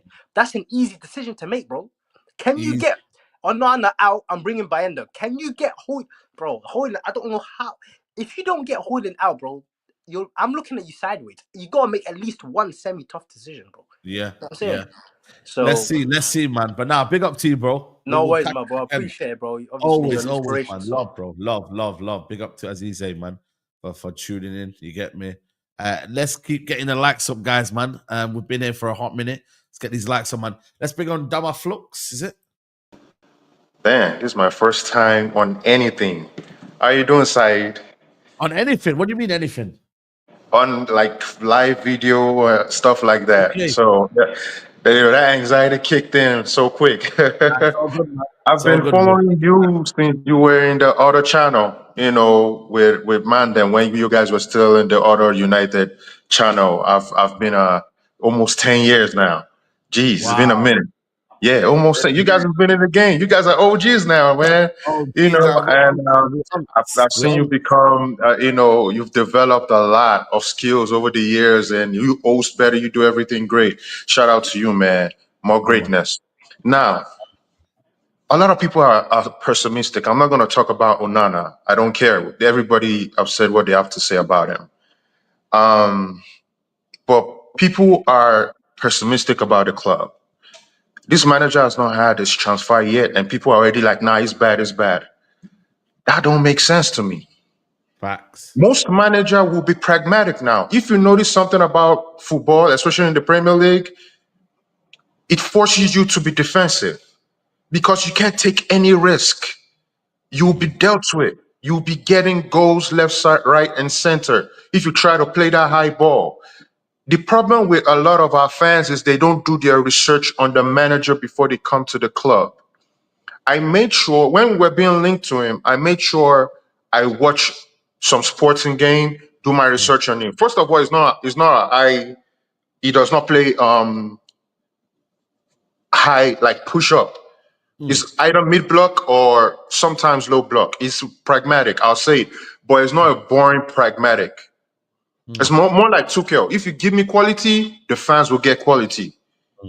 I don't have quality in front of me.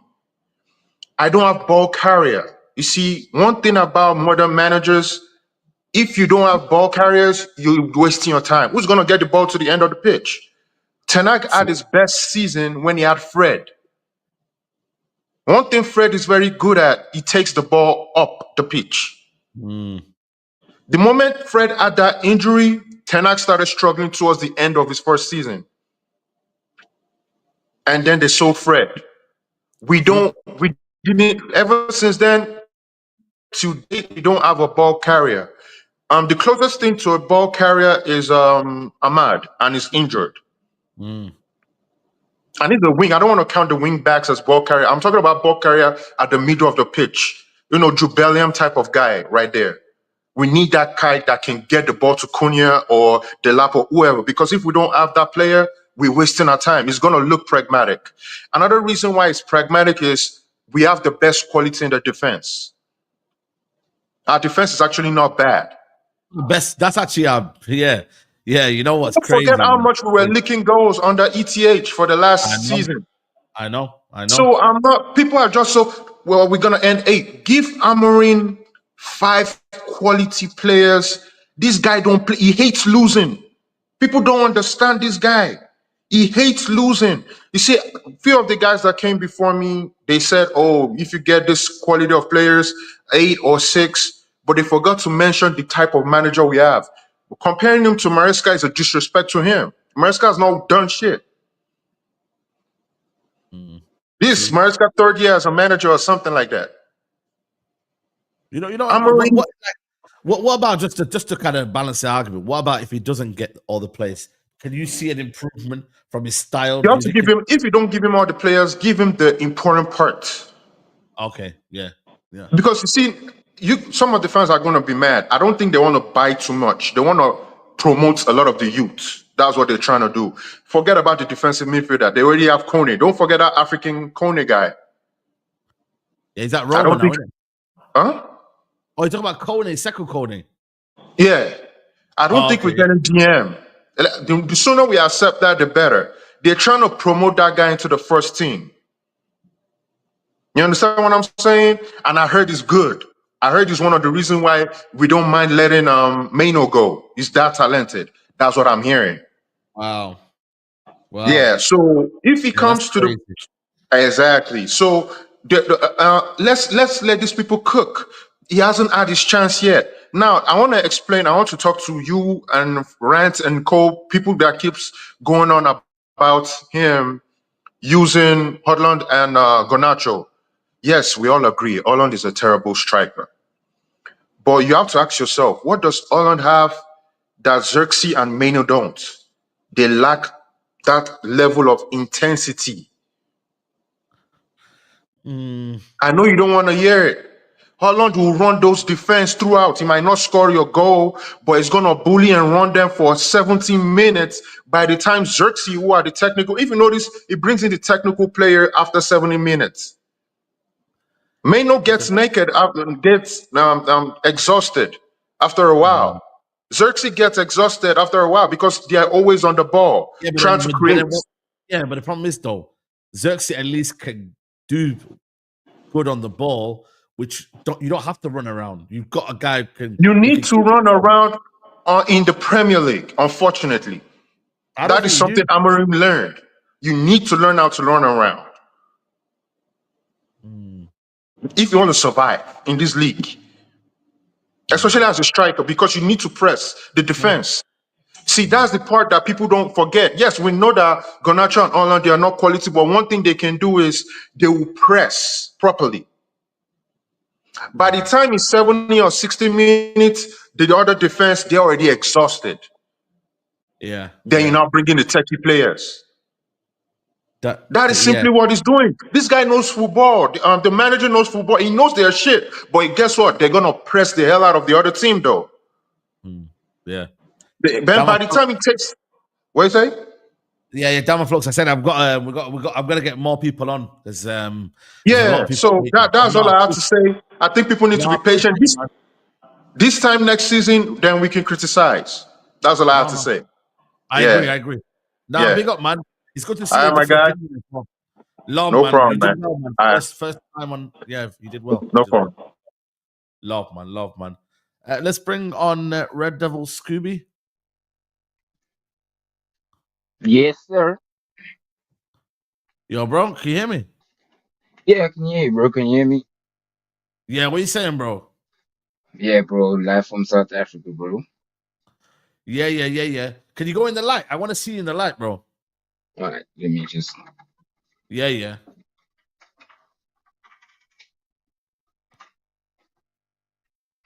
Talk to me. Yeah, bro. I was saying, we need to look at the background, like, of everything. The players, the coach, the system, everything. Like, we're coming from a back four. Strictly back four. And us criticizing players that have never really played in a back three and are makeshift players in some positions is not fair. That is not fair. Garnacho is not a hard worker. He is just from the from the center line to the to the goalpost. He's that type of player. He's not going to track back any day.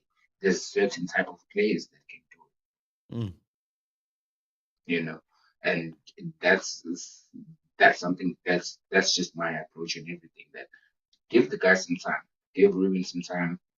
He knows what he's doing, definitely, because we can see with the smallest or the slightest players that are actually doing good, we can see it with that once he has maybe what he's looking for exactly, that's when we can say he's a shit coach and he's a good coach.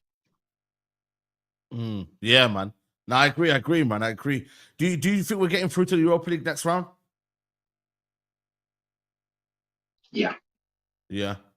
We're doing it. Yeah. We're doing it. Dude, I feel some type of way when I see Mason Mount playing. I feel like he's another spark. He takes the load off Bruno for looking for that magic pass. Yeah. So if he brings him on early, we'll probably have a good game. Yeah. We need legs. We need energy in the midfield. I feel like Fred would shine in this type of situation, honestly. Running back and forth. Now, big up, man. Ruben's got the run. Yeah. We'll catch up again. Love, man. Love for calling in, bro. Love. Cheers, big up, man. Big up good. to you. Big up, man. Big up, man. Let's bring on Ali. Hello? Yo. I just want to talk about a few things. Yeah, I can hear you. Yeah, go for it, bro. Yeah, I just want to talk about a few things. I've been hearing a lot of the Garnacho disrespect. And I think Garnacho, his level is high. And the way people disrespect him as if he's a bit player. You don't score that goal against Everton if you're rubbish, in my opinion. I feel like the confidence is down for him. I feel like people need to support him. We keep bashing our players. Oh no, this. Like these are gonna be the future of Man United. Like these are gonna be our players in the next coming season. So like people bashing these players, I don't think it's helping their confidence. Say that again? Oh, no, played in Champions League seasons ago. Is this the Onana played in the Champions League a few seasons ago? Is this the same Onana that we're gonna really act like is rubbish all of a sudden? Onana would get in a lot of Premier League teams. Let's not lie. He would get in a lot of Premier League. You start for a lot of the bottom teams, and I think Ruben Amorim's doing a good thing. I think the system he's playing is good, defensive. Pardon? I think he'll start for Brighton. I think he'll start for Brentford. I think he'll start for Brighton. I think he'll start for Newcastle.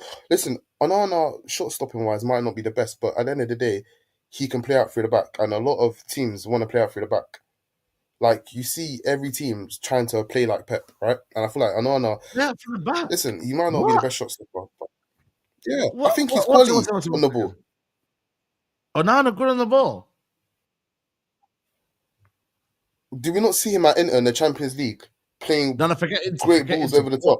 Well, no, forget. Yeah, but come on. Yeah, but it's the same Onana. It's the same Onana. Let's not. No, it's not, brother. We don't know. We don't recognize this guy, bro. Don't recognize this guy. You do, and people what are has he hating done on him. for United though? Has he played out from the back? Okay, cool. Listen, United aren't a functioning squad. If Onana's quality centre back, he has Maguire in front of him. No. I don't want to hear that. I don't want to hear that. Sorry, respectfully, yeah. Come on, Saeed, you're deflecting. His job is to play out from the back, yeah, and distribute and his own ability. Have we seen it enough? Have we? Yeah.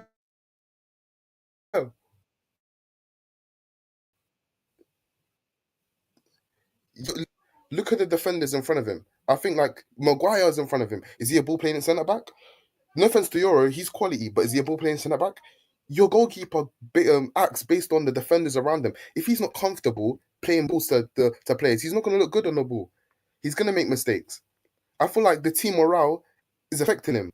At the end of the day, when you have a poor defense in front of you, like Man United have, like the team has, as a defender, as a goalkeeper, would you be confident in goal? How old are you? Would you be confident in goal? I don't think. How old are you? What? I'm 18. 18. Yeah. Who do you support? Yeah, what is that? What's wrong? Who do you support? Yeah, see you later. I didn't get it. You know what I mean? You know what I'm saying? Like we didn't see the shirt, did we? We didn't see the shirt, man. So you have just wasted your time there, and you are finished, my friend. You know what I'm saying? See you later. And we've had to do a ban on that, man. You know what I'm saying? But anyway, next up, we got man like Aind. Aind, what are you saying, bro? What are you saying? Yo, sorry, can you hear me? Nah, the sound is muffled. Can you hear me now? Yeah, it's a bit muffly though. It's a bit I don't know if are you blocking the sound or anything? No. Can you not hear him, chat? Can you not hear him? Can you hear me now? It's very distorted though. Is it? Can you hear him, guys? Let me know in the chat if you can hear him. What are you saying? Can you hear me? Okay, yeah, we can hear you. The chat say they can hear you. Oh, that's good. That's good. Leave him, bro. Saeed, I'm basically I'm VR. You know VRA. VRA. Yeah, oh, the guy that super chat just now. Yeah, super chats. Yeah. Oh yeah. What are you saying, bro? Nice one, man. Appreciate the support, bro. No, that's cool, man. Basically, yeah, I want to chat about the manager, bro. Yeah, because Onana's a dickhead. Yeah, he's a dickhead. Yeah, but forget about Onana. Yeah, I want to talk about the manager. Yeah, because this geezer. Yeah, I said to my mates. Yeah, I goes, bro. I see that, mate, we're against Lyon. In the European game, yeah, we're against Lyon, yeah? Lyon aren't a great team, mate, yeah? I said, bro, let's play our ballers, man. Let's play Xerxes. Let's play Xerxes up top, yeah? Let's put Bruno Casemiro in midfield, yeah? At least that for a start, yeah? Yeah, and this guy is so negative, man. This manager's so negative, bro. Like, come on, man. Like, bro, He's so negative, yeah. And we only we started playing football, yeah, when the footballers come on. Yeah, true. I think he doesn't really know his first team, man, at the minute, man, and that's letting him down, bro. It's letting him down, man, and ultimately you can't keep making mistakes. If I'm being honest with you, man, you can't keep making mistakes. This manager, man, honestly, man, like I backed him when he first come in the club. Yeah, I backed him a lot. Yeah, I said, you know what? Yeah, I was so excited, yeah, for this new gaffer to come in. Yeah, over time, yeah, every game by game, yeah, he's proven to me, yeah, why he's not the right manager. Because yesterday, if we started the same, the team that he finished with, yeah, if he started with that team, yeah, we would have won that game about 3-4-0, 100%. You know what? Like, I feel like the last 20 minutes, we were the better team, man, and Lyon didn't really have any answers. And I agree in a certain aspect of if that team had started, yeah, we would have been on it, bro. I think we would have been more maybe clinical chances wise. We're creating more, you know. And yeah, you're kind of right. Like, don't get me wrong, they still have their moments, but bro, like they're beatable. They are beatable, bro. Mate, Saeed, bro, they are rubbish. Yeah, they're rubbish, mate. They're like Sociedad, yeah. Them lot, yeah. I watched them lot play, yeah. They're crap. They got a good team on paper, mate. Yeah, they're rubbish, yeah. Yeah, we gave them 2-3 goals by Onana, yeah. But I'm saying this, yeah. But yeah, that starting 11, yeah. We basically said to them, yeah, you have the ball. You have the ball. We'll sit back and counter. That starting 11 that we played, yeah, was a sit back and counter team, yeah. But in Europe, we usually have more of the ball anyway, because European teams respect us. But he played a team this manager so negative. He's so negative, he is, and that's the reason why we concede all the time in the first half. And the reason why we always come back in the second half is because he starts bringing his ball players on. It's not a coincidence, Saeed. It's not a coincidence. It's not a coincidence, yeah. We've seen it. It's not a coincidence, mate. It's not a coincidence. Xerxes come on, Mason Mount come on, yeah. Kobe Mainu come on, Lindelof come on, yeah, which allowed us to play a bit more of a higher line, yeah. And we started playing better football. Obviously, that last goal, yeah, was a lucky goal, wasn't it? It's Onana made a mistake, blah blah, whatever, yeah. But in general football play, yeah, the last 30 minutes were much better. Do you know what I mean? Yeah. I'm done with this manager, man. When he first come in, yeah, I was excited because he's young, he's Portuguese, he blah blah. You know what I mean? Like, Ten Hag was gone. I was excited, but over time, yeah, this guy, yeah, I've lost more faith in him over time, and also, yeah, this like, brother, he just ain't it, man. Yeah. Listen, Arvin, appreciate you calling in, man. We'll catch up again, man. You get me? Also, yeah. I want to say Eddie Howe. Bring in Eddie Howe, man. Eddie Howe, 4-3-3, British manager, yeah. British manager, 4-3-3, simple football, yeah. That's it. That's what I want. I'm done with these hipsters, all this fashionable, nice trainers, poetry, all this bullshit. Yeah, I'm done with this shit, man. Bring in proper managers now. Yeah, I'm done with it. Yeah, big up, man. Love, bro. Big up, Arvin, man. Love. Big up to you. Big up, Arvin, man. Guys, keep getting the likes up, man. We still got callers coming through, man. Ramiz, what are you telling me, bro? Yo, so you good, man? Yeah, can you hear me, bro? Yeah, I'm good. Yeah. What you saying, man?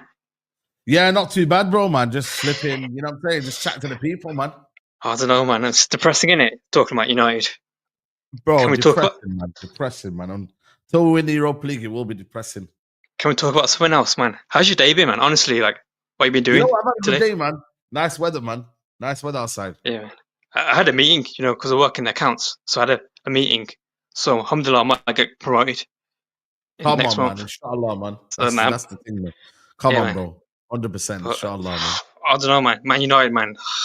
I don't know, bro, man. I don't know. Honestly, where do we go from here? Where do we? bro. Talk to me, brother, man. Talk to me. You don't rate you talk to me because you don't rate the manager. Do you want a manager in, or are you still in or out? 90% out, honestly. 90% out. There's too many red flags. I remember we talked about red flags, and there's too many bad signs, too much talking, too much this and that. Nah, not for me. And yeah, I don't see it. But I don't know. I don't know who we get though. That's the thing. I don't know who we get.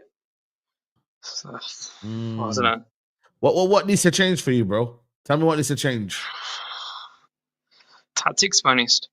Be more front footed. I think Rance said, stop being a coward. Stop being, and get more. It's Man United, man. The young kids understand how big we are. This is, I don't know, be more aggressive. And then one thing as well, brother, Ugarte. Can we talk on Ugarte? Yeah, listen, man, it's not looking good right now, man. No, because I remember in the Copa America in the summer, you gassed this brother up, and I in the comments was saying, "You did, bro. You did. You did, bro." Gassing him, but I say, you know what? I didn't mind. I was in favor of the signing. I'm not gonna flip flop. I was in favor of the signing. Yeah, you do, yeah. But I was in favor of the signing. Yes, but you did say he has his negatives, and don't gas him up. Remember you saying that? Remember you said. Yeah, I did say, you know what? He has his ability on the ball isn't great, but I think he said, you did do a lot for this team. The problem is though, we haven't complimented him well. Man. Yeah, but you said Sanderberg, wasn't it? And I agreed with you, Sanderberg. Yeah, I remember that. Yeah. I don't know, man. Can we talk about something else, man? What? This is your time, man. This is your time, though, man. I'm just chatting to the people, man.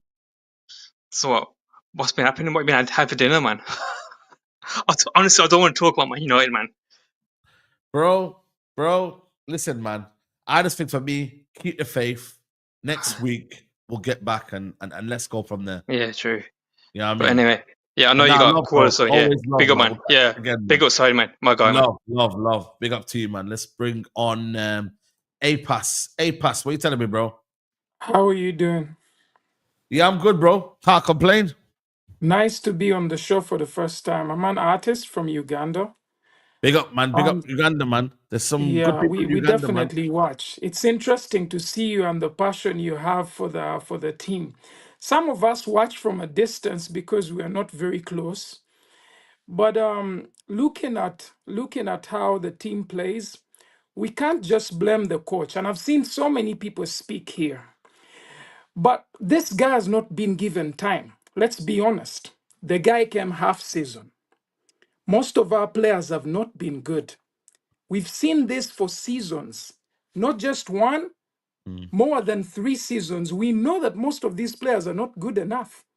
So if we put too much pressure on the coach before he even gets in at least 5 decent signings, it's really unfair to hear someone say, "Oh, the coach, he's not good enough. I'm done with him." Like, how much time have you given him? You've given Ten Hag a couple of years to do all this nonsense, and then you don't want to give this guy a chance.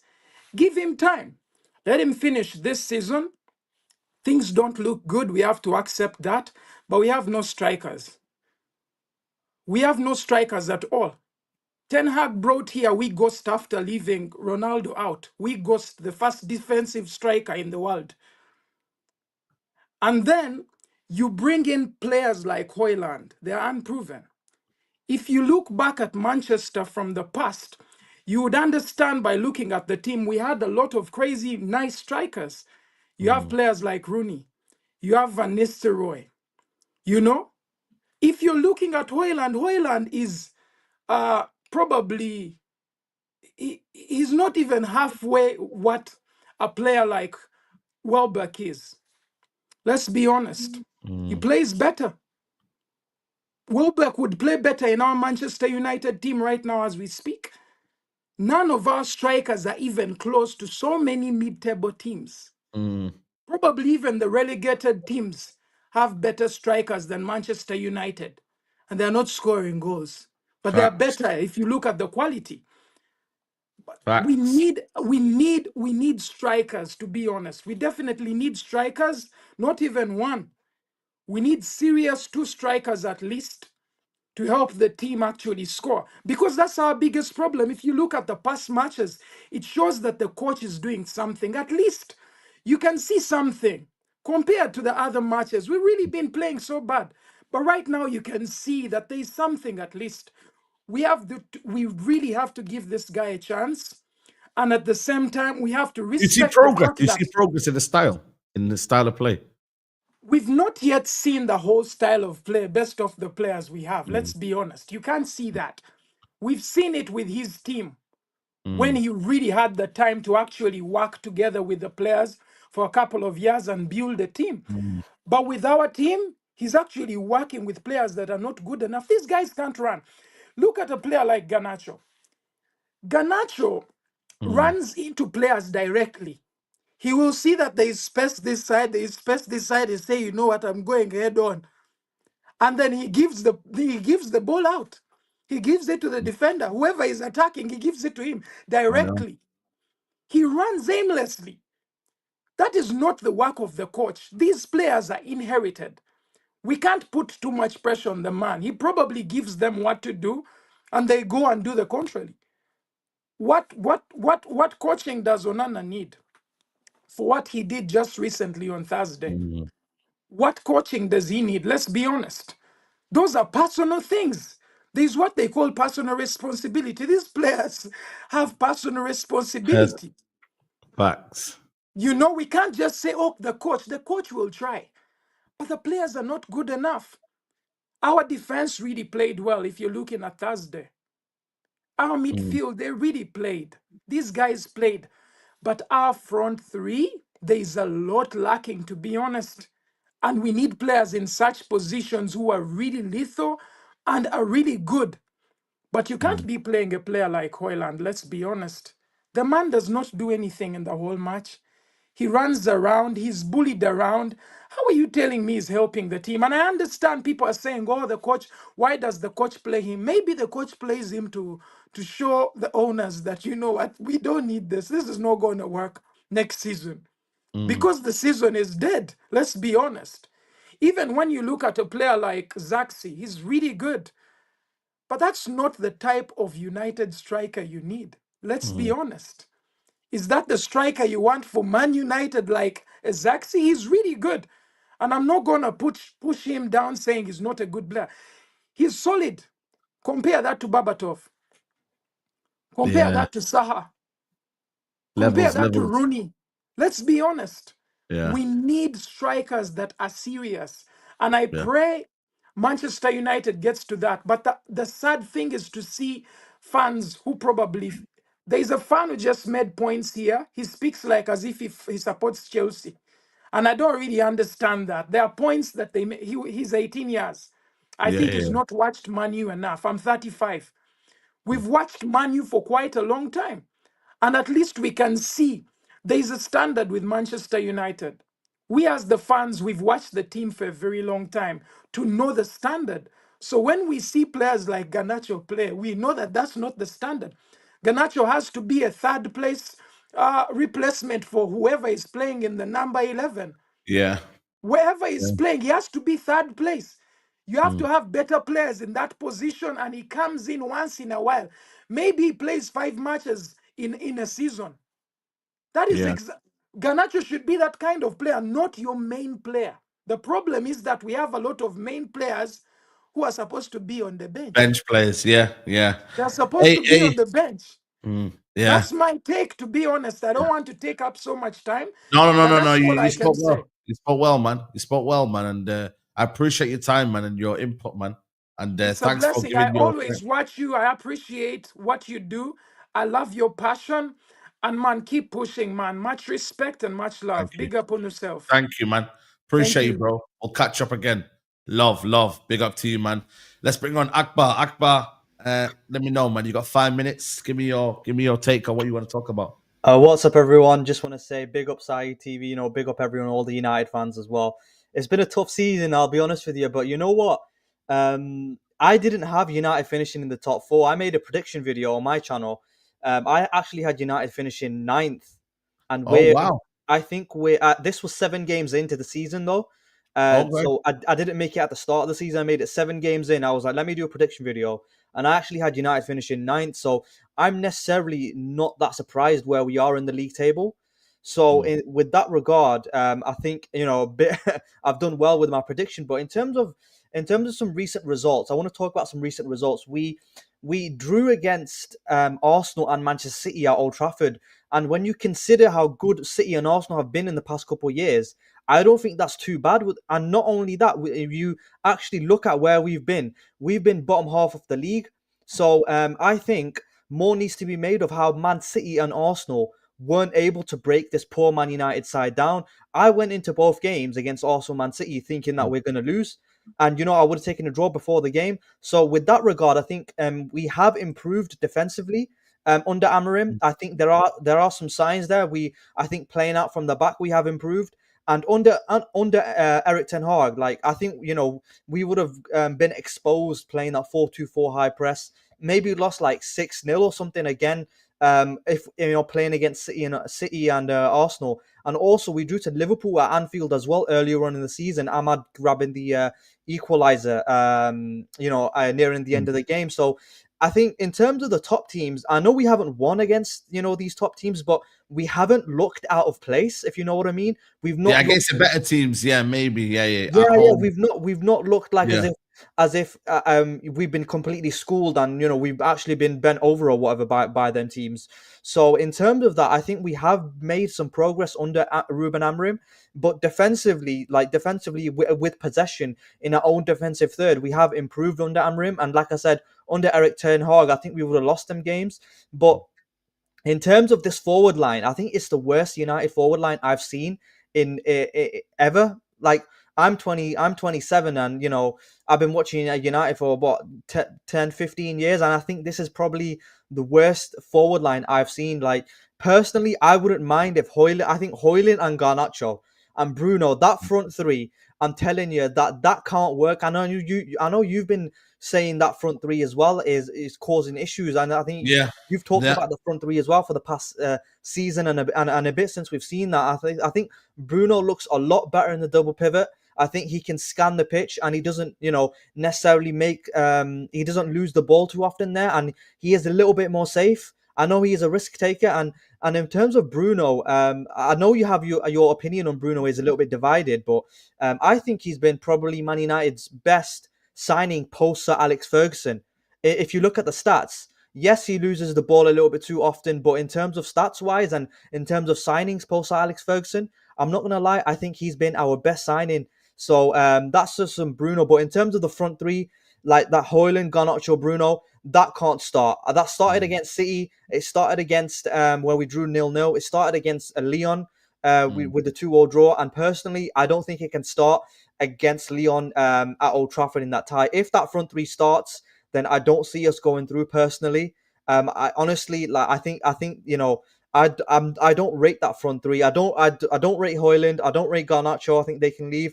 And the final player that I would be looking to ship out, if I was to kind of ship out 3 players only, permanently gone, Højlund, Garnacho, and Onana as well. I know everyone has been saying their piece on Onana after that Lille draw, and you know what? I think it's justified. He hasn't shown me that he is a Man United goalkeeper, and statistically, and what Matic said, I think statistically he is the worst United keeper that we have seen post Alex Ferguson. So in terms of Amorim though, that I do have one concern with regards to Amorim, and that is, like I said, starting Højlund, Garnacho, and Bruno as a front three.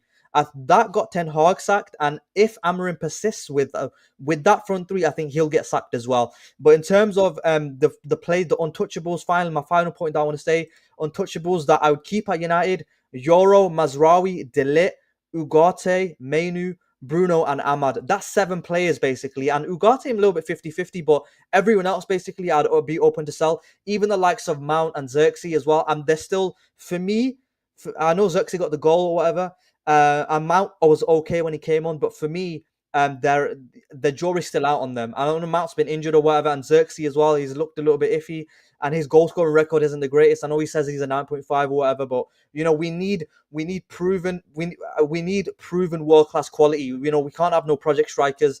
But even though I do rate Delap low, I think Liam Delap would be a good signing for us, and Cunha as well would transform the team.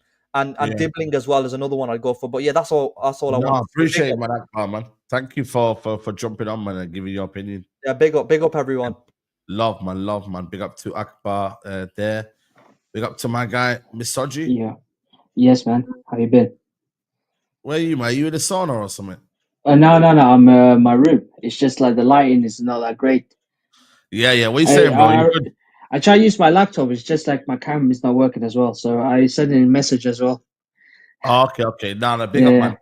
What do you want to talk about, bro? My concern is our United fan that is very impatient with that manager. Man came through half of the season, through the middle of the season, and they want him to do miracles. And they're comparing him to David Moyes. Sorry, say that again. I think the mic is very distorted, you know. Say that again. Can you hear me properly? Yeah. Say that again. Can you hear me? Yeah, I can hear you, but the mic is very distorted. Can you not hear me in the chat? Is it just me? I don't know if it's just me today. I don't know what the mic is saying. No. Yeah, so what I was about to say is they're comparing United to West Ham, to Everton, to these Crystal Palace. They're like, oh, you need to do like these managers, but what are they in a position? And also look at our record against the top 6 team compared to that top 6 our record to Erik ten Hag. His half season, Amrin half season, has better top 6 record than Erik ten Hag 2 season. And look, like the Arsenal game, we should have won. That's how good we looked. We came out of the game. We said we should have won. They were lucky.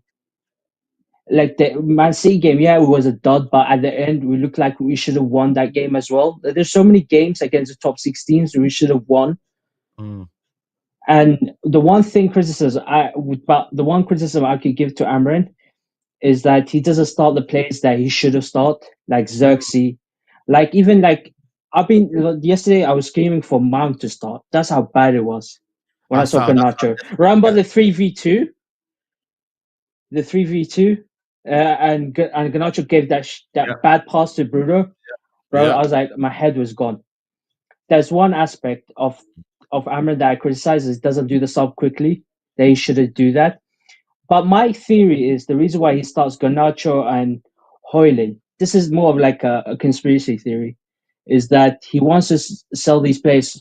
Because if he is going to have the same situation as Sancho, like Erik ten Hag tell him, oh, you guys, you can't come in the changing room. You're going to go train with the little kids. Their value will go down. We're going to get, like, let's say, for example, for Højlund, probably get like 10 mil. At least with Sancho, got 25 because he got the Champions League cameo. So if we do if Ahmed does what Erik ten Hag did to these players, the value will nosedive because they're already not good enough. At least with Sancho, he's technical. Yeah, it is not working out for him in Chelsea, but he's more technical both compared to Garnacho and Højlund. And this is my theory. That's why he wants to keep playing these players, just because they don't want to have those situations that, like, if we sell them, we're not going to get like at least a good money for them. You know what I mean? And also with the United fan, guys, Amrin, he just came through. Give him time. Obviously, we gave Erik ten Hag 2 seasons.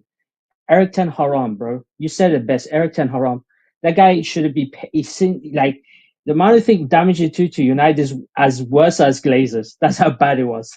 The plays that he got. Yeah. Misogy, man, we're gonna keep it moving. Big up to you for sorry for the bad quality, but yeah. No, don't worry, man. Don't worry. It's all blessed, man. As long as I hear you, man, that's the main thing, bro. Yeah. You get me? Big up to you, man. Big up to you. Let's bring on Mohammed Abbas. What are you saying, bro? You're on mute, bro. You're on mute. Your side, what are you saying?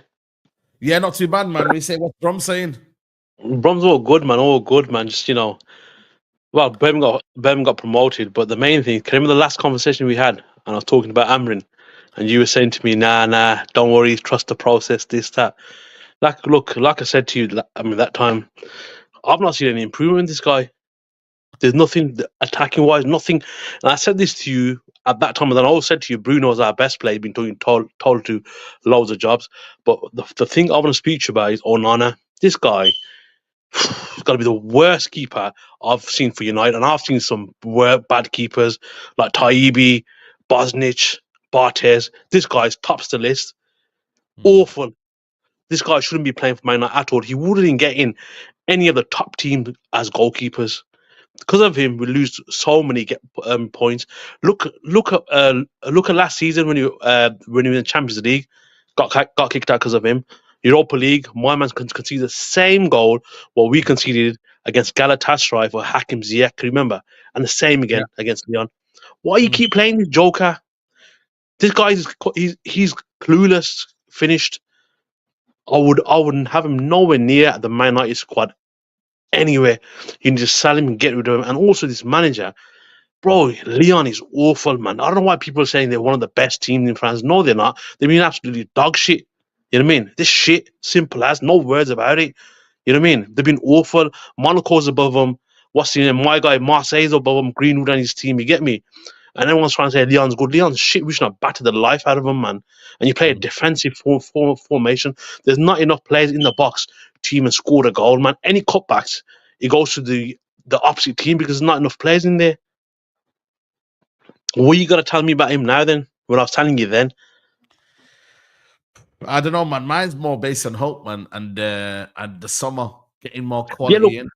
Look, personally, when you get angry, frustrations, boil over and stuff like that, and you do say some stupid stuff. But I personally think we'll have to give him till start of next season, first 10 games. Let's see where this guy's at. I mean, people are saying, look, bring this person, bring this person, and bring that person.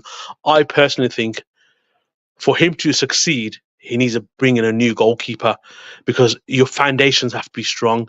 Your foundations ain't good at the back, then you might as well forget about it. You bring in a proper goalkeeper first. Get rid of Onana. If needs be, play Bostender, not Bostender, Bayinda. Play him instead. Yeah. The guy's a machine. The guy's a unit. Have you seen how big he is? Yeah. The guy's 6'4", my man's a beast, man. Play him, you know what I mean, until the end of the season. And then if he don't work out, then get a new keeper in. Otherwise, you can't keep playing Onana because you're going to lose every single time. The guy is hopeless. No one can convince me that this guy's any good. And in the summer, we don't need one striker. We need two strikers. People are saying, get Delap in. Yeah, fair enough. We also need Osman as well. Yeah. You understand? We also need Cunha as well. We need too many, man. And look, and also, sorry, I'm going to speak to you also about, Garnacho. Don't get me wrong. Now, it's not his fault getting picked, but there's no one out there. But this guy shouldn't be playing in the Man United team. He's a best part sub, 20-minute player. You get what I'm saying? When the team's tired, bring him on, just keep running. Otherwise, you shouldn't be playing. And also, Kobe Mainoo, if he wants to go in the summer, let him go. Because you know why? We got that second corner there. He is actually better than him. Kobe Mainoo is a good player, but he gets run past. I've seen him get run past by anyone. People walk past him, and he don't put a tackle in. Let him go, man. Bring in Kone in, bring somebody else in. There's 10 to a penny in that position. You could pick up so many, midfielders across the world. Mainoo's okay. He's done with his coming, but for me, get rid of him as well. Get Sekou Kone in, give him a chance. You know what I mean? Garnacho, put him to the bench. Get rid of Rashford, Anthony. We need a couple of more wingers in. Get Cunha in. You know what I mean? We should bought the Cavaschelia from Napoli. We shouldn't have swap deal with Garnacho. Yeah. Or in the summer, do a swap deal for Garnacho and Osimhen, and we buy Delap. You understand? Yeah. So we need two strikers. Don't get me wrong, Xerxes is a baller. He's all this and all that, but the guy's not scoring any goals. Højlund. Don't know what to say about my guy, man. That guy's awful, man. He's like, you just run around and start pushing people around. You can't do that, man. You need to start playing football, put a pass in. You know what I mean? Play 1-2s. You know what? Give this geezer to start of the first season. Let's see the first 10 games, 12 games. Let's see where the team is at. If it's the same, you know what? If we were winning games, I understand. We're losing games. You understand? We're losing games. People saying Eric Ten Hag was worse. I agree. Eric Ten Hag was awful, but we're winning games. Under this guy, we're not winning anything. There's no confidence in the team at all, and we're not even. It's just there's no attacking from this team at all whatsoever. There's no one in the box. No. And you're playing emphasis on Dogu and Dalot to get in the box. Come on, bro, man. Be real, man. You need to drop a defender and bring on an attacker. Let me change something up. If you're so convinced playing back three, play 3-5-2. You understand? Yeah. Let's see, man. Let's see what happens on the game of the weekend, and then we'll go from there. Weekend. Love, man, for coming on and giving your opinion. We'll catch up, man. We'll catch up. Safe, man. Love, big up to Mohammed, man. You know what I'm saying? Big up to him, man. I gotta keep getting through these callers, people. Like I said, 5 minutes, and let's say your opinion. Big up Sachin, what are you saying, bro? Yo, how's it going, man? It's been a minute. Yeah, man, it has been a minute, man. Where you been at, man? Yeah. I mean, I've just been busy. I'm almost graduating college, so come on, man. Big up to you, man. Yeah, almost there. But I think Amaram just needs time. I think just give him a transfer window, and honestly, we need to kill the squad, get rid of people. Onana, oh god, man, that Europa League game, that was crazy. And then I was talking, I think in one of your videos, I was in the comment section, one guy was telling me that Lewandowski is as bad as Højlund. I was just laughing, bro. Oh my god, man. I was like, bro, Højlund does absolutely nothing at all, man. And he was telling me that Højlund would be Barca's top striker. I was like, this guy is mad, bro. You know, for me, is this the worst you've seen? Obviously, I don't know how old you are, but in terms of quality, the quality is so bad, isn't it? Yeah, I think I've been watching United since I was a kid, but yeah, this is probably the worst team that I've ever seen. Yeah, honestly. I think the transfers that people have said, Osimhen, Delap, just anyone, honestly, at this point. Just get anyone, man. In terms of the replay, sorry, the second leg, are you confident we're going to win, or are you still 50-50? I think we should be able to win, honestly, because I think the home advantage is there, but I think we'll probably have to play. I think most likely Bilbao, I know they drew against Rangers, but I think they'll probably go through, and that, honestly, I'm worried. Nico Williams, he might have some crazy shit. Okay. Big up Sachin, man. We'll catch you. Love for coming on as usual, man. Good luck on your last year, man. Yeah, thank you, man. Big up, man. Big up to you, man. Let's bring on Lloyd. Lloyd, can you hear me? Yeah, I can hear you, Saeed. What are you telling me, bro? You good? I'm good. How you doing, man? Not too bad, man. Not too bad. You know what I'm saying? We're just chatting to the fans. We're seeing what they're saying. I don't know if you've seen much. What have you disagree with everything, or? I mean, I sort of just, I agree with what everybody has said. People have opinions. We all watch football, and we all have, passion for soccer, and But one thing I wouldn't say is I'm actually really happy that this is happening right now. Because when we were trying to sell the club, and the Qataris were at the forefront of buying the entire club, paying up our debt, and just giving us a leeway. And Ineos came with this idea of getting into bed with the Glazers. Right from the get-go, I knew this was a bad idea. You know why? Because when you get in bed with the Glazers, you're gonna take in a lot of the baggage on, and you're gonna be constrained in making decisions, footballing decisions, business decisions, because you always have to go back to the Glazers, right? And now they're in. Shit has hit the fan. They need to show up right now, right? I'm sure they probably thought they didn't know as much as they know now when they were going in, and they came in and saw man, this is a shit show, and right now they need to show up. Mm. So because You think they can do that though? Do you think there's money there though? That's a problem. yeah, that's a big problem, right? And that is where they need to be creative because when you have challenge, you're always going to have challenges in business, and the only way you can, make your way around it is to be creative, right? So they need to be creative, they need to be decisive, and they need to make real good business decisions because they cannot afford any more mistakes. Getting into bed with the Glazers was a big mistake. Keeping Eric Ten Hag for another season was a big mistake. Bringing on Ashworth and sacking him after 3 months was a big mistake. So now, like, the jury's out. Like, we all know, like, man, True. like, what are you doing? Like, you can't just be making half and half mistakes and trying to always fix up your mistakes, right? You need to make quality business and footballing decisions that's going to move the club forward. So now I think this is crunch time because what I see, to be honest, Saeed, I see a situation where the Glazers and the Ineos are going to fall out.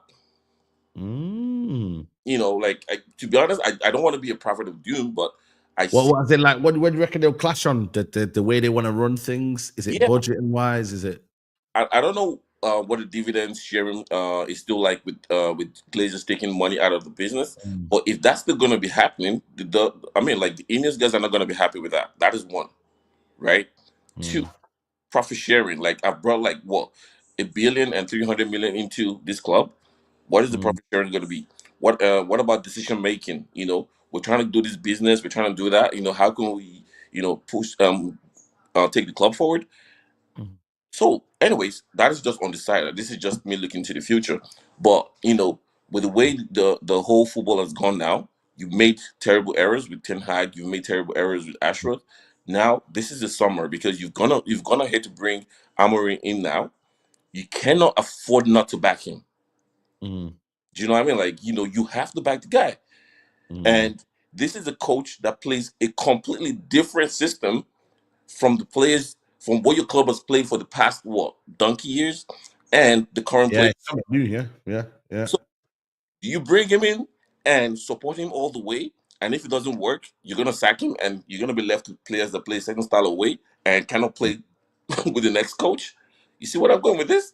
Yeah, no, I agree. I feel like this is the big summer where you gotta like, if you're gonna do it full, exactly, fully hard, yeah. Lloyd, thank you, man. We'll catch up again, man. Love for giving you your 2 pence on things, and yeah, man, appreciate your input, man. All right, bro. Cheers, man. Big up, love. Big up to Lloyd there. Big up to you, brother. Fuzay. Big up the cat, man. I'm a big fan of your content, by the way. Big up to you, man. You United fan, yeah? I feel like Manchester United's standards have dropped recently very much. Are you United fan, bro? Yeah. But like, yeah, go for it. Do you remember the interview that Ronaldo did with Morgan?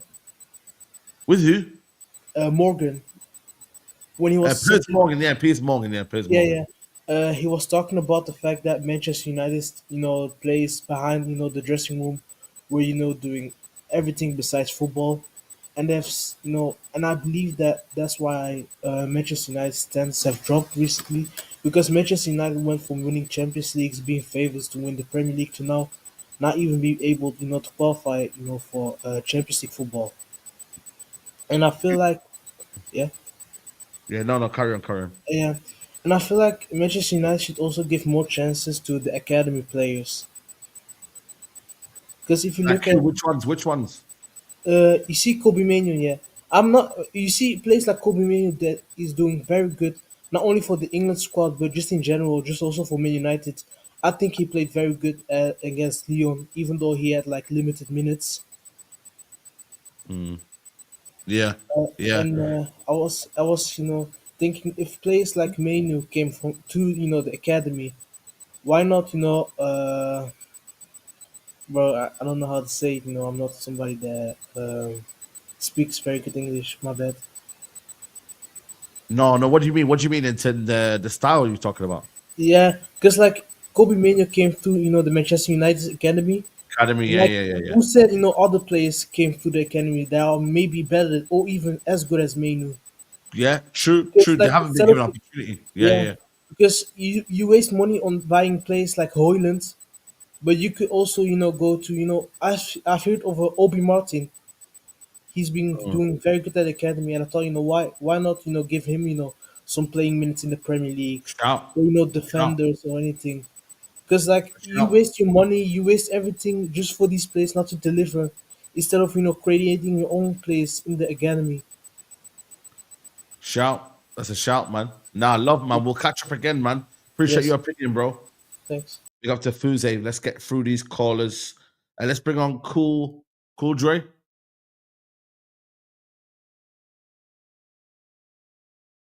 Yeah, he's lost it. Yeah, come on, man. Get a shirt on, man. What's going on here, man? Come on, get a shirt on, man. Man, what's this, man? Let's bring on Touchline Facts. What are you telling me, my bro, man? It was good to see you on Sunday, man. What are you saying? Yeah, nothing, bro. What are you saying, bro? Yeah, not too bad, man. Just chilling, man. Just chatting to the people. Yeah, man. I woke up about an hour ago, like 2 hours ago, bro. You know what I'm saying? I had a nap or something. Rah, you sleep? Yeah, You sleep during the day? yeah, it's because I've been ill, innit? Do you know what I'm saying? Oh, I've been no, ill ever sorry since to hear, man. I Sorry went to up hear. Manchester. I don't know if I caught something or Yo, whatever. bro, it was, listen, man. Manny. It's when you go to the stadium because you're next to each other and like I don't know if you're a type Yeah, of I don't guy. know, bro. It's just like mad sicking, like, bro. I had bad stomach and that. Do you know what I'm saying? Yeah. No, it is. It's that, man. When you go outside, different environment, man. Yeah, But how you man. feeling, man? I don't know if you've heard people today. No, I haven't really been heard much people today. You know what I'm saying? But what's the topics? What's the topics? No, bro, I can't lie. There's no topic, just no holds barred, man. Just kind of like what you want to say, get off your chest, bro. That's the vibe we're on today, bro. Well, obviously we're signing. Well, it looks like we're going to sign Mateus Cunha. I'm saying, and I've been gassed about. I've been wanting him for ages. But we're interested. Basically, I don't know why Laurie it's one of them Whitlock's ones. doing We pay up. nonsense, We pay up, and it happens. Do you know what I'm saying? He joins us if we pay up. That's what I think. But I think there's a lot of teams that are going to be paying up, man. Newcastle. Yeah, but have you seen the video of him when they said to him, "You're linked with Man United"? Yeah, to be fair, he looks like he's a Man United fan. Yeah. So I think if we pay up, I think he joins Man United.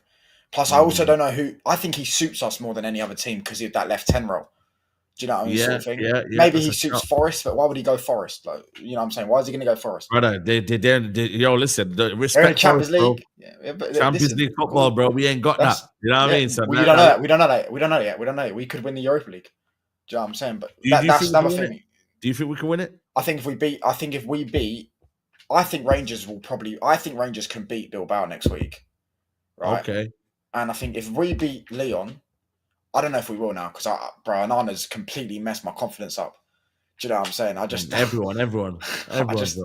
Yeah, exactly. Like, because if we went in there with a 2-1 win, I think we were guaranteed to go through. I don't think they're beating us by and then have to beat us by 2 goals as well to knock us out or beat us on penalty. I don't think they're doing that. I think we would have beat them. Yeah. However, now we have to win. I'm a bit shaky. You know what I'm saying? But I feel like it depends on the starting 11. Ahmad's obviously back in like fitness training. Yeah, but is he ready though? I suppose he'll be back for the semi-final though. No.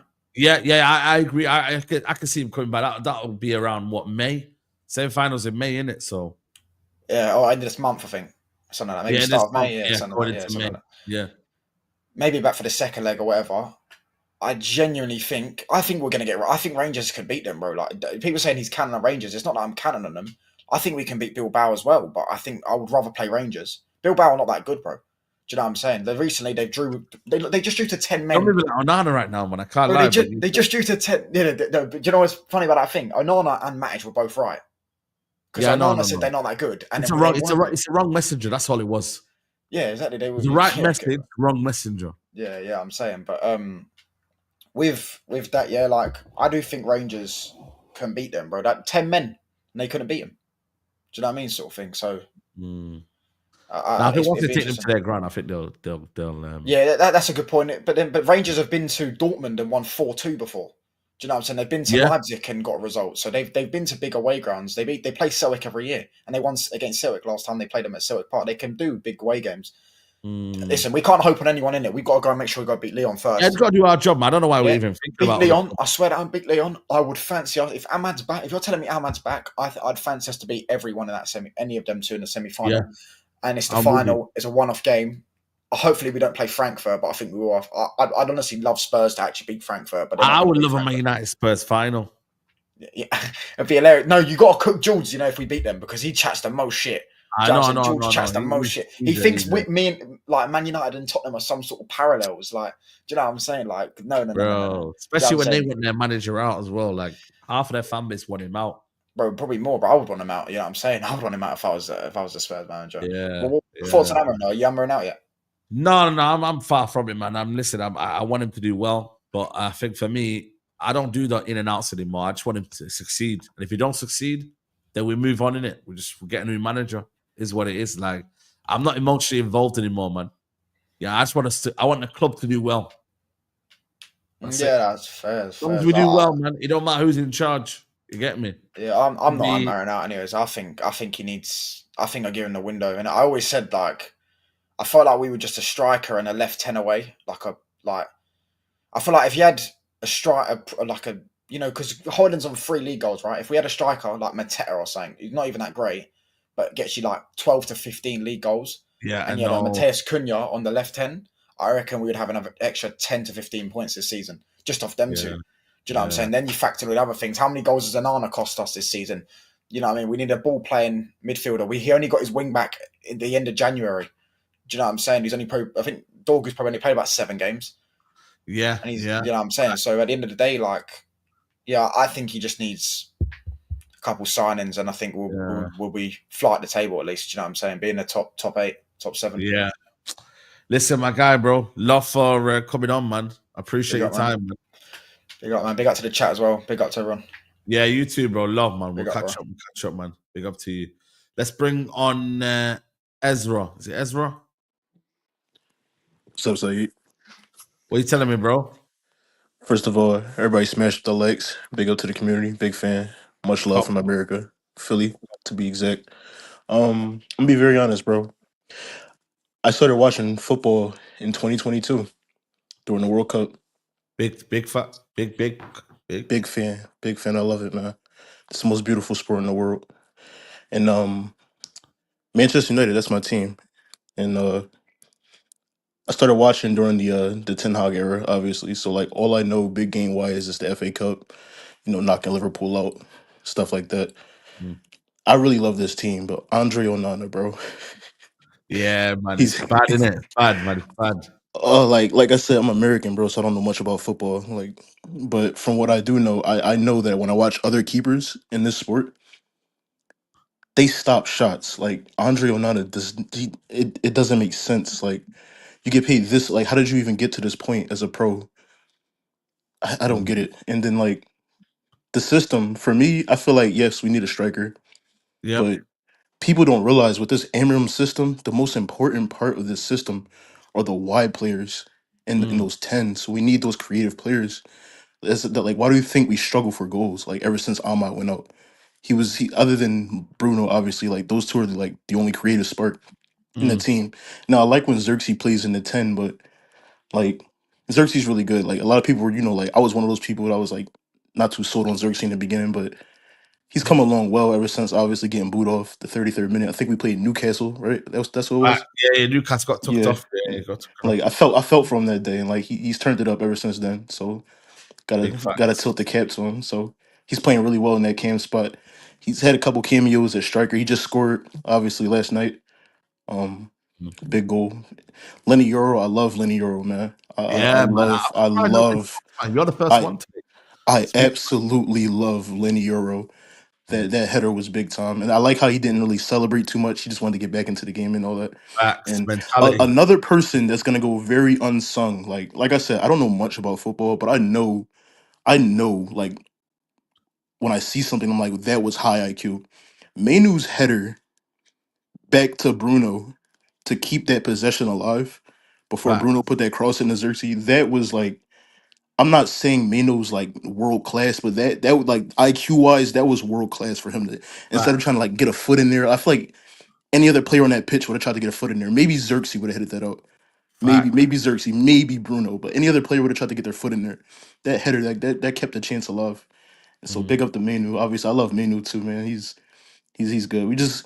I feel like we need to get some like the players we have, like the young players, Dorgu, Manu. These guys, I love these guys. Ugarte, he's still fairly young, but I feel like if we're not gonna start them, we need to go and get players that can play those positions like right now. Like Cunha, we're obviously I've heard we're linked to Cunha. Whether that's true or not, obviously like amazing player there. Put him in the 10, sit Manu, sit Garnacho, or whether we sell Garnacho, I don't know.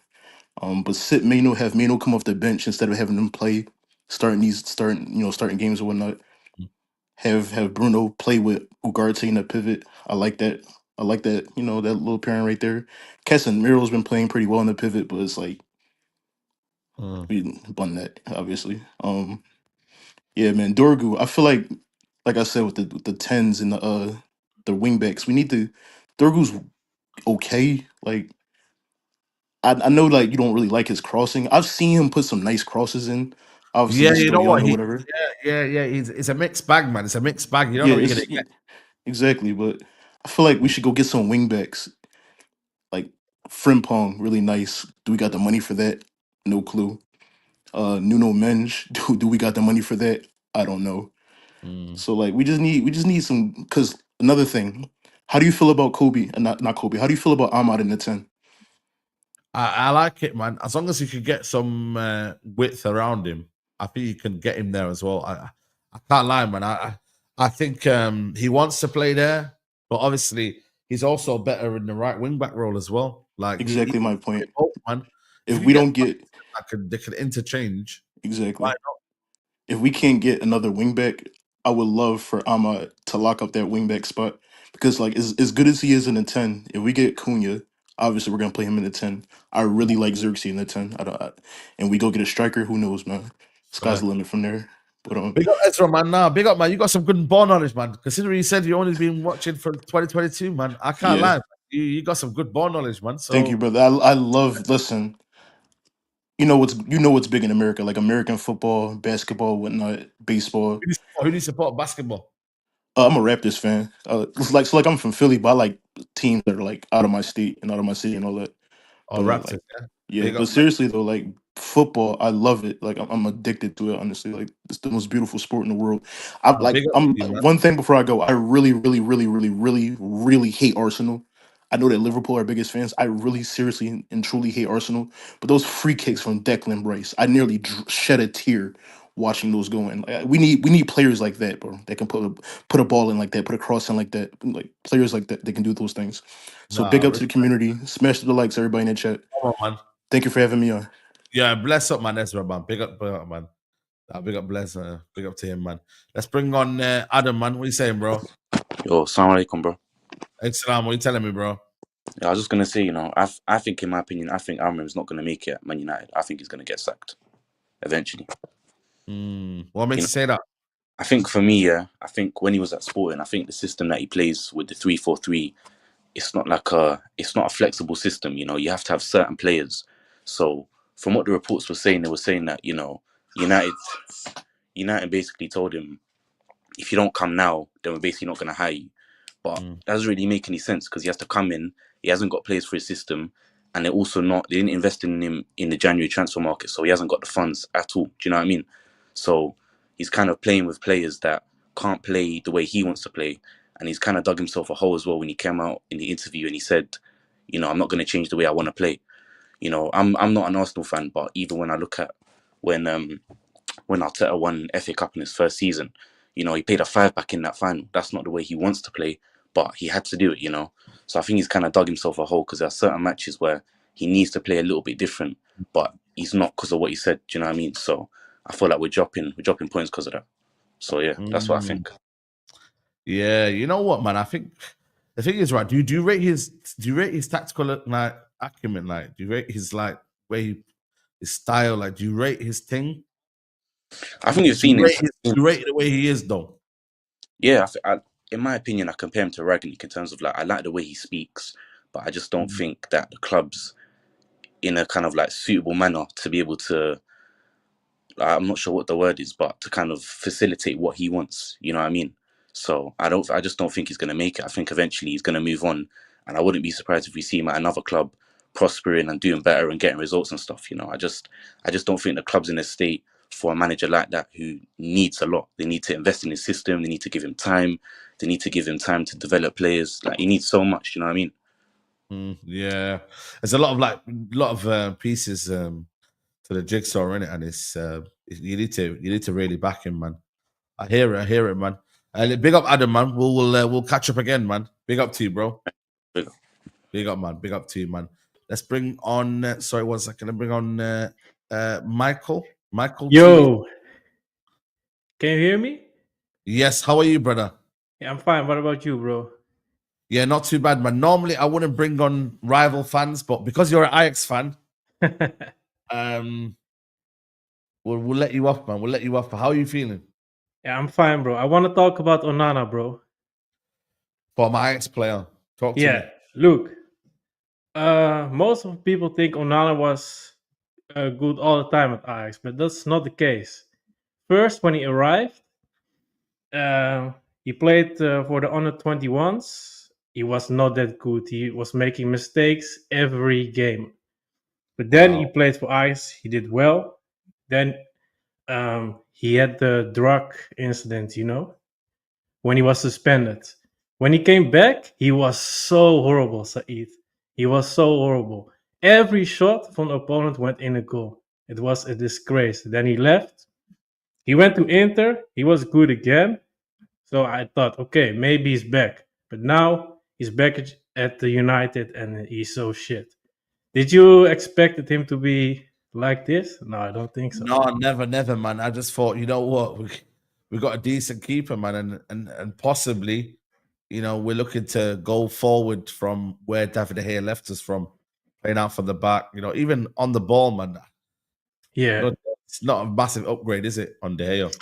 Yeah, he's overrated on the ball, I think. And quickly about Erik ten Hag, he's also overrated, man.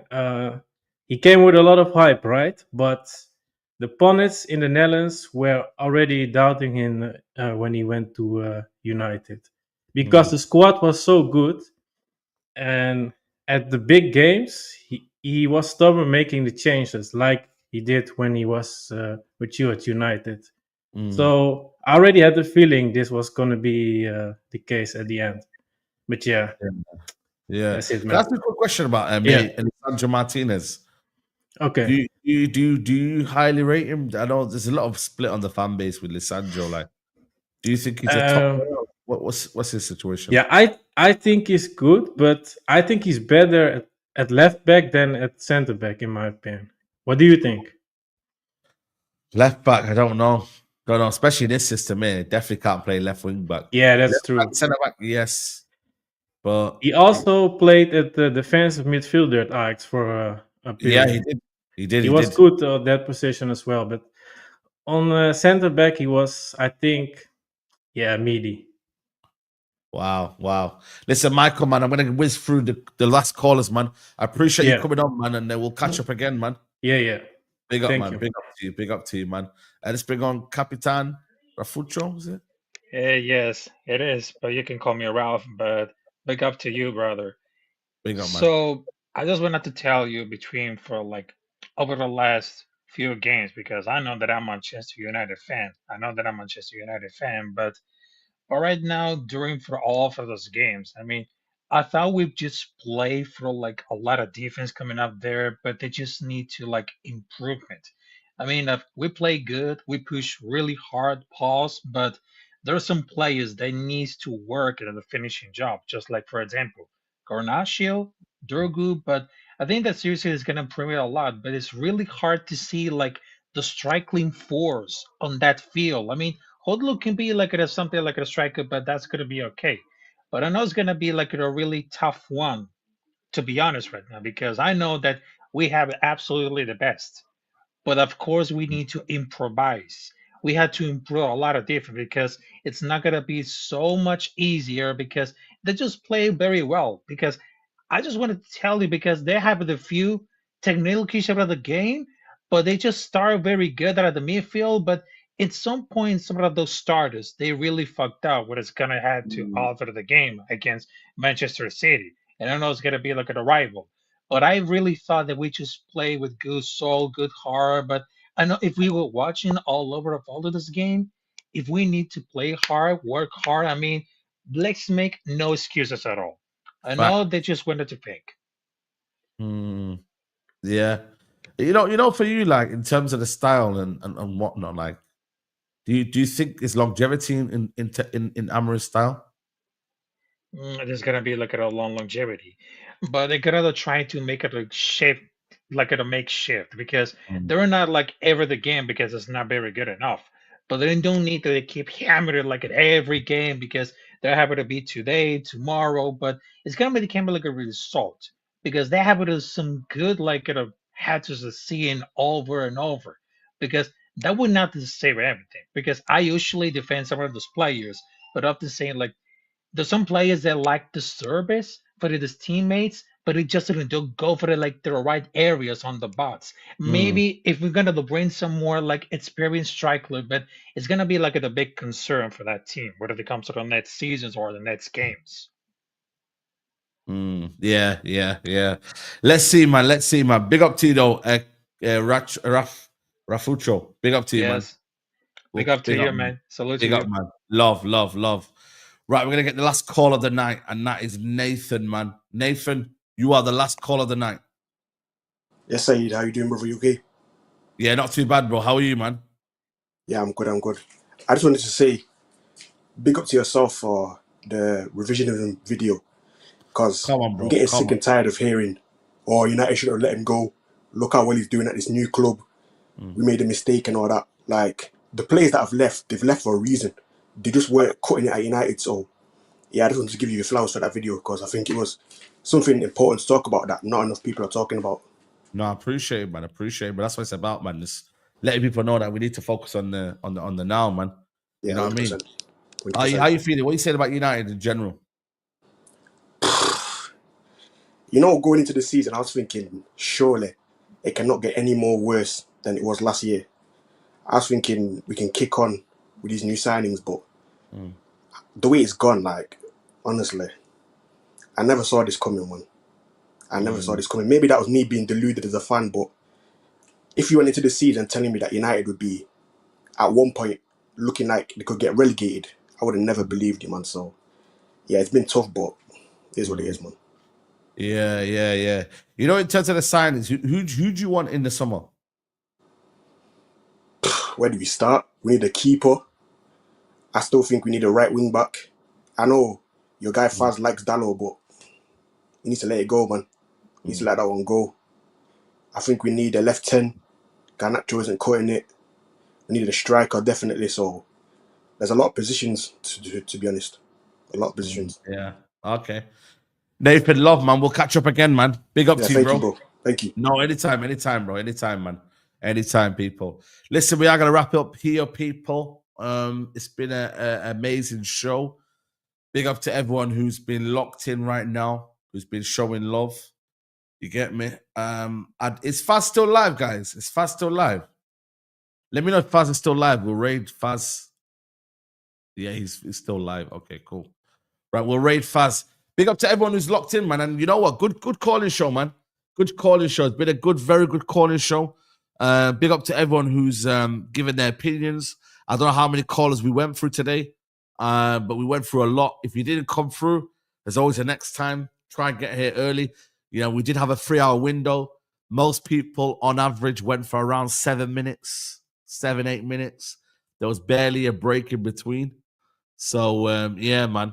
You get me? Good show, man. And like I said, tomorrow I'll be back with the Man City game and Crystal Palace game. So, yeah, make sure you lock in, man. Now, big up to you, Alan, man. Appreciate it, man. A-Pass was the best.